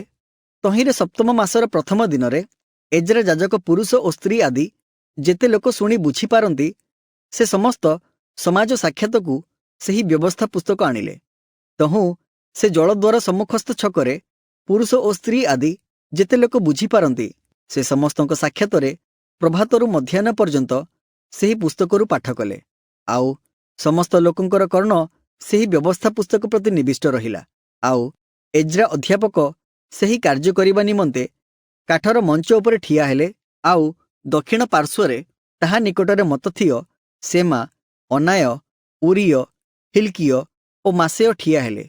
ପୁଣି ତାହାର ବାମ ପାର୍ଶ୍ୱରେ ପଦାୟ, ମିଶାଏଲ, ମଲ୍କିୟ, ହସୁମ୍, ହସବଦାନା, ଜିଖରିୟ ଓ ମସୁଲମ ଠିଆ ହେଲେ। ଏ ଉତ୍ତାରେ ଏଜ୍ରା ସମସ୍ତ ଲୋକଙ୍କ ଦୃଷ୍ଟିରେ ସେହି ପୁସ୍ତକ ଫିଟାଇଲେ, କାରଣ ସେ ସମସ୍ତ ଲୋକଙ୍କ ଊର୍ଦ୍ଧ୍ୱରେ ଠିଆ ହୋଇଥିଲେ। ପୁଣି ସେ ପୁସ୍ତକ ଫିଟାନ୍ତେ ସମସ୍ତ ଲୋକ ଠିଆ ହେଲେ। ତହୁଁ ଏଜ୍ରା ମହାନ ପରମେଶ୍ୱର ସଦାପ୍ରଭୁଙ୍କର ଧନ୍ୟବାଦ କଲେ। ପୁଣି ସମସ୍ତ ଲୋକ ଆପଣା ଆପଣା ହସ୍ତ ଉଠାଇ ଆମେନ୍ ଆମେନ୍ ବୋଲି ଉତ୍ତର କଲେ। ଆଉ ସେମାନେ ଆପଣା ଆପଣା ମସ୍ତକ ନତ କରି ସଦାପ୍ରଭୁଙ୍କୁ ଭୂମିଷ୍ଠ ପ୍ରଣାମ କଲେ। ଆହୁରି ଜେସୁୟ ଓ ବାନି ଓ ସେରେବିୟ, ଜାମିନ୍, ଅକୁବ, ଶବଥୟ, ହୋଦିୟ, ମାସେୟ, କଲିଟ, ଅସରୀୟ, ଯୋସାବଦ, ହାନନ୍, ପଲାୟ ଓ ଲେବୀୟମାନେ ଲୋକମାନଙ୍କୁ ବ୍ୟବସ୍ଥା ବୁଝାଇଦେଲେ। ଆଉ ଲୋକମାନେ ଆପଣା ଆପଣା ସ୍ଥାନରେ ଠିଆ ହୋଇ ରହିଲେ। ପୁଣି ସେମାନେ ସ୍ପଷ୍ଟ ରୂପେ ପରମେଶ୍ୱରଙ୍କ ବ୍ୟବସ୍ଥା ପୁସ୍ତକରୁ ପାଠ କଲେ ଓ ସେମାନେ ତହିଁର ଭାବ ବୁଝାଇଦେଲେ। ତହୁଁ ଲୋକମାନେ ପଠନ ବୁଝିପାରିଲେ। ପୁଣି ଶାସନକର୍ତ୍ତା ନେହେମିୟା ଓ ଅଧ୍ୟାପକ ଓ ଯାଜକ ଏଜ୍ରା ଓ ଲୋକମାନଙ୍କର ଶିକ୍ଷକ ଲେବୀୟମାନେ ସମସ୍ତ ଲୋକଙ୍କୁ କହିଲେ, ଆଜି ଦିନ ସଦାପ୍ରଭୁ ତୁମ୍ଭମାନଙ୍କ ପରମେଶ୍ୱରଙ୍କ ଉଦ୍ଦେଶ୍ୟରେ ପବିତ୍ର ଅଟେ। ଶୋକ ନ କର କି ରୋଦନ ନ କର। କାରଣ ବ୍ୟବସ୍ଥାର ବାକ୍ୟ ଶ୍ରବଣ କରନ୍ତେ ସମସ୍ତ ଲୋକ ରୋଦନ କଲେ। ଆଉ ନେହେମିୟା ସେମାନଙ୍କୁ କହିଲା, ଆପଣା ଆପଣା ପଥରେ ଯାଅ, ଚିକଣ ଦ୍ରବ୍ୟ ଭୋଜନ କର ଓ ମିଠା ଦ୍ରବ୍ୟ ପାନ କର ଓ ଯାହା ନିମନ୍ତେ କିଛି ପ୍ରସ୍ତୁତ ହୋଇନାହିଁ ତାହା ନିକଟକୁ କିଛି ଅଂଶ ପଠାଅ। କାରଣ ଆଜିର ଦିନ ଆମ୍ଭମାନଙ୍କ ପ୍ରଭୁଙ୍କ ଉଦ୍ଦେଶ୍ୟରେ ପବିତ୍ର ଅଟେ। ତୁମ୍ଭେମାନେ ଦୁଃଖିତ ନ ହୁଅ, ଯେଣୁ ସଦାପ୍ରଭୁ ବିଷୟକ ଆନନ୍ଦ ତୁମ୍ଭମାନଙ୍କର ବଳ ଅଟେ। ଏହି ରୂପେ ଲେବୀୟମାନେ ସମସ୍ତ ଲୋକଙ୍କୁ ତୁନି କରାଇ କହିଲେ, ନୀରବ ହୁଅ, ଆଜି ପବିତ୍ର ଦିନ, ତୁମ୍ଭେମାନେ ଦୁଃଖିତ ନ ହୁଅ। ଏ ଉତ୍ତାରେ ଲୋକମାନେ ଆପଣାମାନଙ୍କ ନିକଟରେ ପ୍ରକାଶିତ ବାକ୍ୟ ସବୁ ବୁଝିବାରୁ ସେମାନେ ସମସ୍ତେ ଭୋଜନପାନ କରିବାକୁ ଓ କିଛି ଅଂଶ ପଠାଇବାକୁ ଓ ଅତିଶୟ ଆନନ୍ଦ କରିବାକୁ ଆପଣା ଆପଣା ପଥରେ ଗମନ କଲେ। ପତ୍ରକୁଟୀର ପର୍ବ ପାଳିତ। ପୁଣି ଦ୍ୱିତୀୟ ଦିନ ସମଗ୍ର ଲୋକଙ୍କର ପିତୃବଂଶୀୟ ପ୍ରଧାନ ବର୍ଗ, ଯାଜକମାନେ ଓ ଲେବୀୟମାନେ ବ୍ୟବସ୍ଥାର ବାକ୍ୟ ବିବେଚନା କରିବା ନିମନ୍ତେ ଅଧ୍ୟାପକ ଏଜ୍ରା ନିକଟରେ ଏକତ୍ରିତ ହେଲେ। ସେମାନେ ମୋଶାଙ୍କ ଦ୍ୱାରା ଦତ୍ତ ସଦାପ୍ରଭୁଙ୍କର ଏହି ଆଜ୍ଞା ବ୍ୟବସ୍ଥାରେ ଲେଖାଥିବାର ଦେଖିଲେ ଯେ ସପ୍ତମ ମାସର ପର୍ବ ସମୟରେ ଇସ୍ରାଏଲ ସନ୍ତାନଗଣ ପତ୍ର କୁଟୀରରେ କିପରି ବାସ କରିବେ। ପୁଣି ସେମାନେ ଆପଣାମାନଙ୍କ ସମସ୍ତ ନଗରରେ ଓ ଜିରୁସାଲାମରେ ଏହି କଥା ଘୋଷଣା ଓ ପ୍ରଚାର କରିବେ, ଯଥା ତୁମ୍ଭେମାନେ ଲିଖନାନୁସାରେ ପତ୍ର କୁଟୀର ନିର୍ମାଣ କରିବା ପାଇଁ ପର୍ବତକୁ ଯାଇ ଜିତ ଶାଖା ଓ ମେହେନ୍ଦୀ ଶାଖା ଓ ଖର୍ଜୁର ଶାଖା ଓ ଗହଳିଆ ବୃକ୍ଷର ଶାଖା ଆଣ। ତହିଁରେ ଲୋକମାନେ ବାହାରକୁ ଯାଇ ତାହା ସବୁ ଆଣି ଆପଣା ପାଇଁ ପତ୍ର କୁଟୀର ନିର୍ମାଣ କଲେ। ପ୍ରତ୍ୟେକେ ଆପଣା ଆପଣା ଗୃହର ଛାତ ଉପରେ ଓ ପ୍ରାଙ୍ଗଣରେ ଓ ପରମେଶ୍ୱରଙ୍କ ଗୃହର ସକଳ ପ୍ରାଙ୍ଗଣରେ ଓ ଜଳଦ୍ୱାରର ଛକରେ ଓ ଇଫ୍ରାଇମ ଦ୍ୱାରର ଛକରେ ନିର୍ମାଣ କଲେ। ପୁଣି ବନ୍ଦିତ୍ୱରୁ ଫେରି ଆସିଥିବା ଲୋକଙ୍କର ସମସ୍ତ ସମାଜ ପତ୍ର କୁଟୀର ନିର୍ମାଣ କରି ତହିଁ ମଧ୍ୟରେ ବାସ କଲେ। ନୁନର ପୁତ୍ର ଯେସୁୟର ସମୟଠାରୁ ସେହି ଦିନ ପର୍ଯ୍ୟନ୍ତ ଇସ୍ରାଏଲ ସନ୍ତାନଗଣ ସେପରି ଆନନ୍ଦ କରିନଥିଲେ। ଏଣୁ ଅତି ବଡ଼ ଆନନ୍ଦ ହେଲା। ଆହୁରି ଏଜ୍ରା ପ୍ରଥମ ଦିନଠାରୁ ଶେଷ ଦିନ ପର୍ଯ୍ୟନ୍ତ ପ୍ରତିଦିନ ପରମେଶ୍ୱରଙ୍କ ବ୍ୟବସ୍ଥା ପୁସ୍ତକରୁ ପାଠ କଲେ। ପୁଣି ଲୋକମାନେ 7 ଦିନ ପର୍ଯ୍ୟନ୍ତ ପର୍ବ ପାଳନ କଲେ। ଆଉ ବ୍ୟବସ୍ଥାନୁସାରେ ଅଷ୍ଟମ ଦିନ ମହାସଭା ହେଲା। ନେହେମିୟାଙ୍କ ପୁସ୍ତକ ଅଧ୍ୟାୟ 9। ଲୋକଙ୍କ ପାପ ସ୍ୱୀକାର। ସେହି ମାସର 24ତମ ଦିନରେ ଇସ୍ରାଏଲ ସନ୍ତାନଗଣ ଏକତ୍ରିତ ହୋଇ ଉପବାସ କରି ଅଖା ପିନ୍ଧି ଓ ଆପଣା ଆପଣା ମସ୍ତକ ଉପରେ ମାଟି ଦେଲେ। ଆଉ ଇସ୍ରାଏଲ ବଂଶ ବିଦେଶୀୟ ସମସ୍ତଙ୍କଠାରୁ ଆପଣାମାନଙ୍କୁ ପୃଥକ୍ କଲେ। ପୁଣି ଠିଆ ହୋଇ ଆପଣା ଆପଣା ପାପ ଓ ଆପଣା ଆପଣା ପୂର୍ବପୁରୁଷଗଣଙ୍କ ଅପରାଧ ସ୍ୱୀକାର କଲେ। ପୁଣି ସେମାନେ ସ୍ୱ ସ୍ୱ ସ୍ଥାନରେ ଠିଆ ହୋଇ ଦିନର ଚତୁର୍ଥାଂଶ ପର୍ଯ୍ୟନ୍ତ ସଦାପ୍ରଭୁ ଆପଣମାନଙ୍କ ପରମେଶ୍ୱରଙ୍କ ବ୍ୟବସ୍ଥା ପୁସ୍ତକରୁ ପାଠ କଲେ ଓ ଅନ୍ୟ ଚତୁର୍ଥାଂଶ ପର୍ଯ୍ୟନ୍ତ ସେମାନେ ପାପ ସ୍ୱୀକାର କରି ସଦାପ୍ରଭୁ ପରମେଶ୍ୱରଙ୍କୁ ପ୍ରଣାମ କଲେ। ଆଉ ଲେବୀୟମାନେ ଯେସୁୟ ଓ ବାନି, କଦ୍ମିଏଲ, ସବନୀୟ, ବୁନ୍ନି, ସେରେବିୟ, ବାନି ଓ କନାନୀ ପାବଛରେ ଠିଆ ହୋଇ ସଦାପ୍ରଭୁ ପରମେଶ୍ୱରଙ୍କୁ ଉଚ୍ଚସ୍ୱରରେ ଡାକିଲେ। ଯେସୁୟ ଓ କଦ୍ମିଏଲ, ବାନି, ହସବନୀୟ, ସେରେବିୟ, ହୋଦିୟ, ସବନୀୟ ଓ ପଥାହିୟ ଓ ଲେବୀୟମାନେ କହିଲେ, ଉଠ, ଅନାଦିକାଳରୁ ଅନନ୍ତକାଳ ସ୍ଥାୟୀ ସଦାପ୍ରଭୁ ତୁମ୍ଭ ପରମେଶ୍ୱରଙ୍କର ଧନ୍ୟବାଦ କର। ପୁଣି ସକଳ ଧନ୍ୟବାଦ ଓ ପ୍ରଶଂସାର ଉନ୍ନତ ତୁମ୍ଭ ପ୍ରତାପାନ୍ୱିତ ନାମ ଧନ୍ୟ ହେଉ। କେବଳ ତୁମ୍ଭେ ହିଁ ସଦାପ୍ରଭୁ ଅଟ। ତୁମ୍ଭେ ସ୍ୱର୍ଗ, ସ୍ୱର୍ଗର ସ୍ୱର୍ଗ ଓ ତହିଁର ସମଗ୍ର ବାହିନୀ, ପୃଥିବୀ ଓ ତନ୍ମଧ୍ୟସ୍ଥ ସମସ୍ତ ବସ୍ତୁ, ସମୁଦ୍ର ଓ ତନ୍ମଧ୍ୟସ୍ଥ ସକଳ ବସ୍ତୁ ନିର୍ମାଣ କରିଅଛ। ଓ ତୁମ୍ଭେ ସେ ସବୁର ସ୍ଥିତି କରୁଅଛ ଓ ସ୍ୱର୍ଗୀୟ ବାହିନୀ ତୁମ୍ଭକୁ ପ୍ରଣାମ କରନ୍ତି। ତୁମ୍ଭେ ହିଁ ସଦାପ୍ରଭୁ ପରମେଶ୍ୱର ଅଟ। ତୁମ୍ଭେ ଅବ୍ରାମଙ୍କୁ ମନୋନୀତ କଲ ଓ କଲ୍ଦିୟମାନଙ୍କ ଉର ଦେଶରୁ ତାହାକୁ ବାହାର କରି ଆଣି ଅବ୍ରାହମ ନାମ ଦେଲ। ତୁମ୍ଭେ ଆପଣା ସାକ୍ଷାତରେ ତାହାର ଅନ୍ତଃକରଣ ବିଶ୍ୱସ୍ତ ଦେଖିଲ। ପୁଣି କିଣାନୀୟ, ହିତୀୟ, ଇମୋରୀୟ ଓ ପରିସୀୟ ଓ ଜିବୁସୀୟ ଓ ଗିର୍ଗାସୀୟ ଲୋକମାନଙ୍କ ଦେଶ ଦେବାକୁ ଅର୍ଥାତ୍ ତାହାର ବଂଶକୁ ଦେବା ପାଇଁ ତାହା ସଙ୍ଗେ ନିୟମ କଲ। ପୁଣି ଆପଣା ବାକ୍ୟ ସଫଳ କରିଅଛ, କାରଣ ତୁମ୍ଭେ ଧର୍ମମୟ। ଏଥି ଉତ୍ତାରେ ତୁମ୍ଭେ ମିଶର ଦେଶରେ ଆମ୍ଭ ପୂର୍ବପୁରୁଷଗଣର କ୍ଲେଶ ଦେଖିଲ ଓ ସୁଫସାଗର ନିକଟରେ ସେମାନଙ୍କର କ୍ରନ୍ଦନ ଶୁଣିଲ। ପୁଣି ଫାରୋ ଓ ତାହାର ସମସ୍ତ ଦାସ ଓ ତାହାର ଦେଶସ୍ଥ ସମୁଦାୟ ଲୋକଙ୍କ ପ୍ରତି ନାନା ଚିହ୍ନ ଓ ଆଶ୍ଚର୍ଯ୍ୟକର୍ମ ପ୍ରକାଶ କଲ। କାରଣ ମିଶରୀୟମାନେ ସେମାନଙ୍କ ବିରୁଦ୍ଧରେ ଗର୍ବାଚରଣ କରିବାର ତୁମ୍ଭେ ଜାଣିଲ। ଏଣୁ ତୁମ୍ଭେ ଆଜି ପର୍ଯ୍ୟନ୍ତ ଆପଣା ନାମ ପ୍ରସିଦ୍ଧ କରିଅଛ। ପୁଣି ତୁମ୍ଭେ ସେମାନଙ୍କ ସାକ୍ଷାତରେ ସମୁଦ୍ରକୁ ବିଭାଗ କଲ। ତହୁଁ ସେମାନେ ଶୁଷ୍କ ଭୂମି ଦେଇ ଯିବା ପରି ସମୁଦ୍ର ମଧ୍ୟରେ ଗମନ କଲେ। ମାତ୍ର ଗଭୀର ଜଳରେ ପ୍ରସ୍ତର ତୁଲ୍ୟ ତୁମ୍ଭେମାନେ ସେମାନଙ୍କ ପଛେ ଗୋଡ଼ାଇବା ଲୋକମାନଙ୍କୁ ଅଗାଧ ସମୁଦ୍ରରେ ନିକ୍ଷେପ କଲ। ଆହୁରି ତୁମ୍ଭେ ଦିବସରେ ମେଘସ୍ତମ୍ଭ ଦ୍ୱାରା ଓ ରାତ୍ରିରେ ସେମାନଙ୍କ ଗନ୍ତବ୍ୟ ପଥରେ ଦୀପ୍ତି ଦେବା ନିମନ୍ତେ ଅଗ୍ନିସ୍ତମ୍ଭ ଦ୍ୱାରା ସେମାନଙ୍କୁ ଗମନ କରାଇଲ। ମଧ୍ୟ ତୁମ୍ଭେ ସିନୟ ପର୍ବତକୁ ଓହ୍ଲାଇ ଆସି ସ୍ୱର୍ଗରୁ ସେମାନଙ୍କ ସଙ୍ଗେ କଥାବାର୍ତ୍ତା କଲ ଓ ସେମାନଙ୍କୁ ଯଥାର୍ଥ ଶାସନ ଓ ସତ୍ୟ ବ୍ୟବସ୍ଥା, ଉତ୍ତମ ବିଧି ଓ ଆଜ୍ଞା ପ୍ରଦାନ କଲ। ଆଉ ସେମାନଙ୍କୁ ଆପଣାର ପବିତ୍ର ବିଶ୍ରାମ ଦିନ ଜ୍ଞାତ କରାଇଲ ଓ ଆପଣା ଦାସ ମୋଶାଙ୍କ ହସ୍ତରେ ସେମାନଙ୍କୁ ଆଜ୍ଞା ଓ ବିଧି ଓ ବ୍ୟବସ୍ଥା ଆଦେଶ କଲ। ପୁଣି ସେମାନଙ୍କ କ୍ଷୁଧା ନିବରଣାର୍ଥେ ସେମାନଙ୍କୁ ସ୍ୱର୍ଗରୁ ଭକ୍ଷ୍ୟ ଦେଲ ଓ ସେମାନଙ୍କ ତୃଷା ନିବରଣାର୍ଥେ ଶୈଳରୁ ଜଳ ନିର୍ଗତ କଲେ। ଆଉ ତୁମ୍ଭେ ସେମାନଙ୍କୁ ଯେଉଁ ଦେଶ ଦେବା ପାଇଁ ହସ୍ତ ଉଠାଇଥିଲ, ସେହି ଦେଶ ଅଧିକାରାର୍ଥେ ତହିଁ ମଧ୍ୟରେ ପ୍ରବେଶ କରିବାକୁ ଆଜ୍ଞା କଲେ।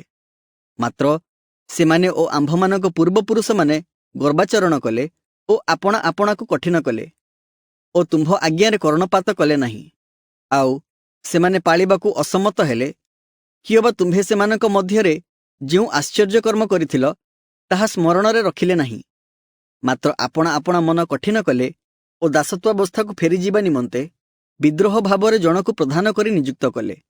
ତଥାପି ତୁମ୍ଭେ କ୍ଷମା କରିବାକୁ ଉଦ୍ୟତ, କୃପାମୟ ଓ ସ୍ନେହଶୀଳ, କ୍ରୋଧରେ ଧୀର ଓ ଦୟାରେ ପରିପୂର୍ଣ୍ଣ ପରମେଶ୍ୱର ଅଟ। ଏଣୁ ସେମାନଙ୍କୁ ପରିତ୍ୟାଗ କଲ ନାହିଁ। ହଁ, ଏପରିକି ସେମାନେ ଛାଞ୍ଚରେ ଢଳା ଏକ ଗୋବତ୍ସ ନିର୍ମାଣ କରି କହିଲେ, ଯେଉଁ ଦେବତା ତୁମ୍ଭକୁ ମିଶର ଦେଶରୁ ବାହାର କରି ଆଣିଲେ ସେ ଏହି। ଏହା କହି ପ୍ରଭୁଙ୍କୁ ମହା ଅପମାନ କଲେ। ସେତେବେଳେ ତୁମ୍ଭେ ଆପଣା ବହୁବିଧ ଦୟାରେ ସେମାନଙ୍କୁ ପ୍ରାନ୍ତରରେ ପରିତ୍ୟାଗ କଲ ନାହିଁ। ପଥ କଢ଼ାଇବା ନିମନ୍ତେ ଦିବସରେ ମେଘସ୍ତମ୍ଭ, କିଅବା ସେମାନଙ୍କୁ ଆଲୁଅ ଓ ଗନ୍ତବ୍ୟ ପଥ ଦେଖାଇବା ନିମନ୍ତେ ରାତ୍ରିରେ ଅଗ୍ନିସ୍ତମ୍ଭ ସେମାନଙ୍କ ଆଗରୁ ପ୍ରସ୍ଥାନ କଲା ନାହିଁ। ଆହୁରି ତୁମ୍ଭେ ସେମାନଙ୍କୁ ଶିକ୍ଷା ଦେବା ପାଇଁ ଆପଣାର ମଙ୍ଗଳମୟ ଆତ୍ମା ପ୍ରଦାନ କଲ ଓ ସେମାନଙ୍କ ମୁଖରୁ ଆପଣା ମାନ ଅଟକାଇଲ ନାହିଁ ଓ ସେମାନଙ୍କ ତୃଷା ନିବାରଣାର୍ଥେ ସେମାନଙ୍କୁ ଜଳ ଦେଲ। ତୁମ୍ଭେ 40 ବର୍ଷ ପର୍ଯ୍ୟନ୍ତ ପ୍ରାନ୍ତରରେ ସେମାନଙ୍କୁ ପ୍ରତିପାଳନ କଲ। ସେମାନଙ୍କର କିଛି ଅଭାବ ହେଲା ନାହିଁ। ସେମାନଙ୍କ ବସ୍ତ୍ର ଜୀର୍ଣ୍ଣ ହେଲା ନାହିଁ ଓ ସେମାନଙ୍କ ପାଦ ଫୁଲିଲା ନାହିଁ। ଆହୁରି ତୁମ୍ଭେ ସେମାନଙ୍କୁ ନାନା ରାଜ୍ୟ ଓ ଗୋଷ୍ଠୀ ଦେଲ ଓ ତାହା ସେମାନଙ୍କ ବାଣ୍ଟ ଅନୁସାରେ ନିରୂପଣ କଲ। ତହୁଁ ସେମାନେ ସିହୋନ ଦେଶ ଅର୍ଥାତ୍ ହିସବୋନ ରାଜାର ଦେଶ ଓ ବାସନର ଓଗ୍ ରାଜାର ଦେଶ ଅଧିକାର କଲେ। ଆହୁରି ତୁମ୍ଭେ ସେମାନଙ୍କ ସନ୍ତାନଗଣକୁ ଆକାଶର ନକ୍ଷତ୍ରଗଣ ତୁଲ୍ୟ ବହୁ ସଂଖ୍ୟକ କଲ ଓ ଯେଉଁ ଦେଶ ସେମାନେ ଅଧିକାର କରିବାକୁ ଯିବେ ବୋଲି ତୁମ୍ଭେ ସେମାନଙ୍କ ପିତୃଗଣକୁ କହିଥିଲ, ସେହି ଦେଶକୁ ସେମାନଙ୍କୁ ଆଣିଲ। ଏହି ରୂପେ ସେହି ସନ୍ତାନଗଣ ଦେଶରେ ପ୍ରବେଶ କରି ଅଧିକାର କଲେ। ଆଉ ତୁମ୍ଭେ ସେମାନଙ୍କ ସମ୍ମୁଖରେ ସେହି ଦେଶବାସୀ କିଣାନୀୟମାନଙ୍କୁ ପରାସ୍ତ କଲ ଓ ସେମାନେ ଯେପରି ଆପଣା ଇଚ୍ଛାମତ ବ୍ୟବହାର କରିବେ, ଏଥିପାଇଁ ସେମାନଙ୍କୁ ଓ ସେମାନଙ୍କ ରାଜାଗଣକୁ ଓ ଦେଶସ୍ଥ ନାନା ଗୋଷ୍ଠୀକୁ ସେମାନଙ୍କ ହସ୍ତରେ ସମର୍ପଣ କଲ। ତହିଁରେ ସେମାନେ ପ୍ରାଚୀର ବେଷ୍ଟିତ ନଗର ସକଳ ଓ ଉର୍ବରା ଭୂମି ନେଲେ। ସର୍ବପ୍ରକାର ଉତ୍ତମ ଦ୍ରବ୍ୟରେ ପରିପୂର୍ଣ୍ଣ ଗୃହ, ଖୋଦିତ କୂପ, ଦ୍ରାକ୍ଷାକ୍ଷେତ୍ର ଓ ଜିତକ୍ଷେତ୍ର ଓ ପ୍ରଚୁର ଫଳବୃକ୍ଷ ଅଧିକାର କଲେ। ତହୁଁ ସେମାନେ ଭୋଜନ କରି ତୃପ୍ତ ଓ ପୁଷ୍ଟ ହେଲେ ଓ ତୁମ୍ଭର ମହାମଙ୍ଗଳ ଦାନରେ ଆନନ୍ଦ କଲେ। ତଥାପି ସେମାନେ ଅନାଜ୍ଞାବହ ହେଲେ ଓ ତୁମ୍ଭ ବିରୁଦ୍ଧରେ ବିଦ୍ରୋହାଚରଣ କଲେ ଓ ତୁମ୍ଭ ବ୍ୟବସ୍ଥା ଆପଣା ପଛକୁ ପକାଇଲେ।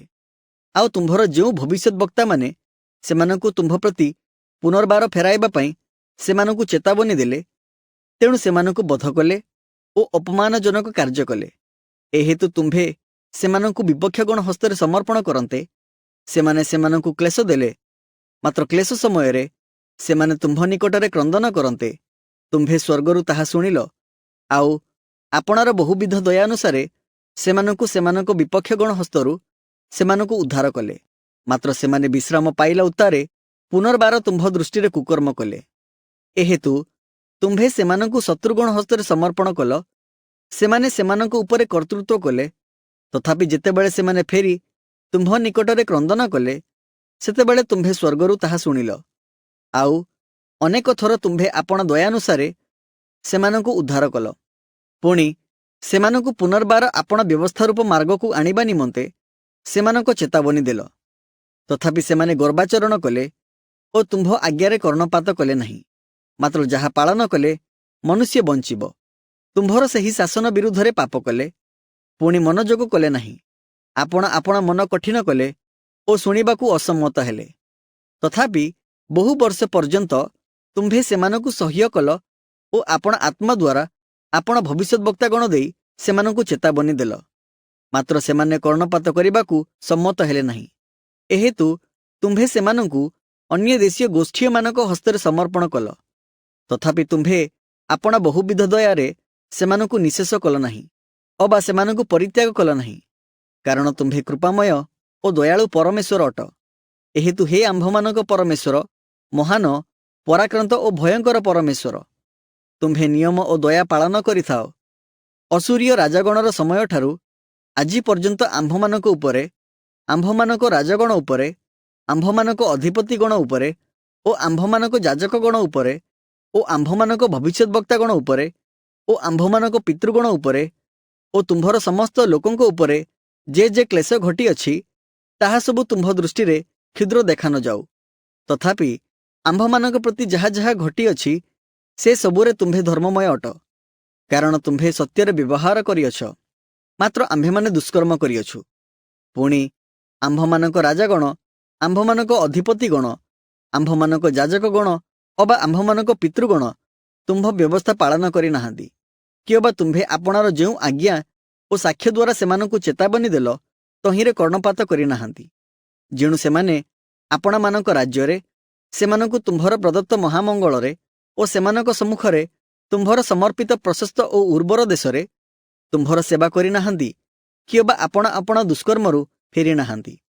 देख आज आम्भे माने दास होइअछु पुणी तुम्भे आम्भमानक पूर्वपुरुष गणकू जेउ देशर फल ओ उत्तम द्रव्य भोग करिबाकू देइथिल देख सेही देशरे आम्भे माने दास होइअछु आउ आम्भमानक पाप हेतुरु तुम्भे जेउ राजागणकू आम्भमानक उपरे स्थापन करिअछ सेमाने सेही देशर प्रचुर फल उत्पन्न करी भोग करूअछंती मध्य आम्भमानक शरीर उपरे ओ आम्भमानक पशुगण उपरे सेमानकर स्वेच्छामत क्षमता अछि आउ आम्भेमाने महाक्लेशर अछु एसबु घटिले हें आम्भेमाने एक निश्चित नियम करी ताहा लिखुअछु आउ आम्भमानक अधिपति माने आम्भमानक लेबीय माने ओ आम्भमानक जाजक माने ताहा मोहरांकित करूअछंती।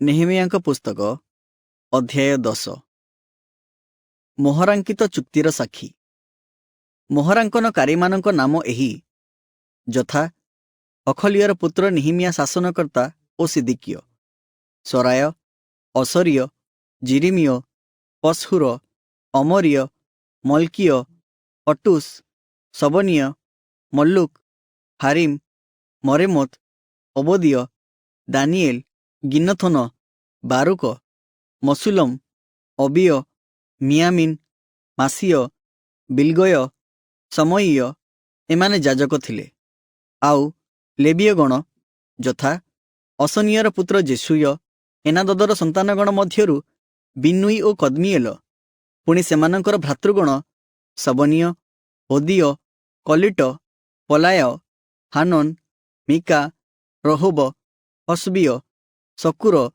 सेरेबिय सबनिय होदिय बानी बनिनु लोकमानंकर प्रधान वर्ग यथा परियोस पहत मोयाब एलम सत्तु बानी बुन्नी अस्गद बेबय अदनीय बिग्बय आदिन आटेर इजकिय असुर होदिय हसुम बेत्सय हारिफ अनाथोत नोबय मकपियस मसुलम हेसिर मसेसबेल सादक जदुय प्लटिय हानन अनाय होसेय हनानिय हसुब अलोहेस पिलह सोबेक रहुम हसबना मासेय पुणी अहिय हानन अनान मल्लुक हारिम बाना चुक्तिर दायित्व पुणी लोकमानकर अवशिष्टांश जाजक माने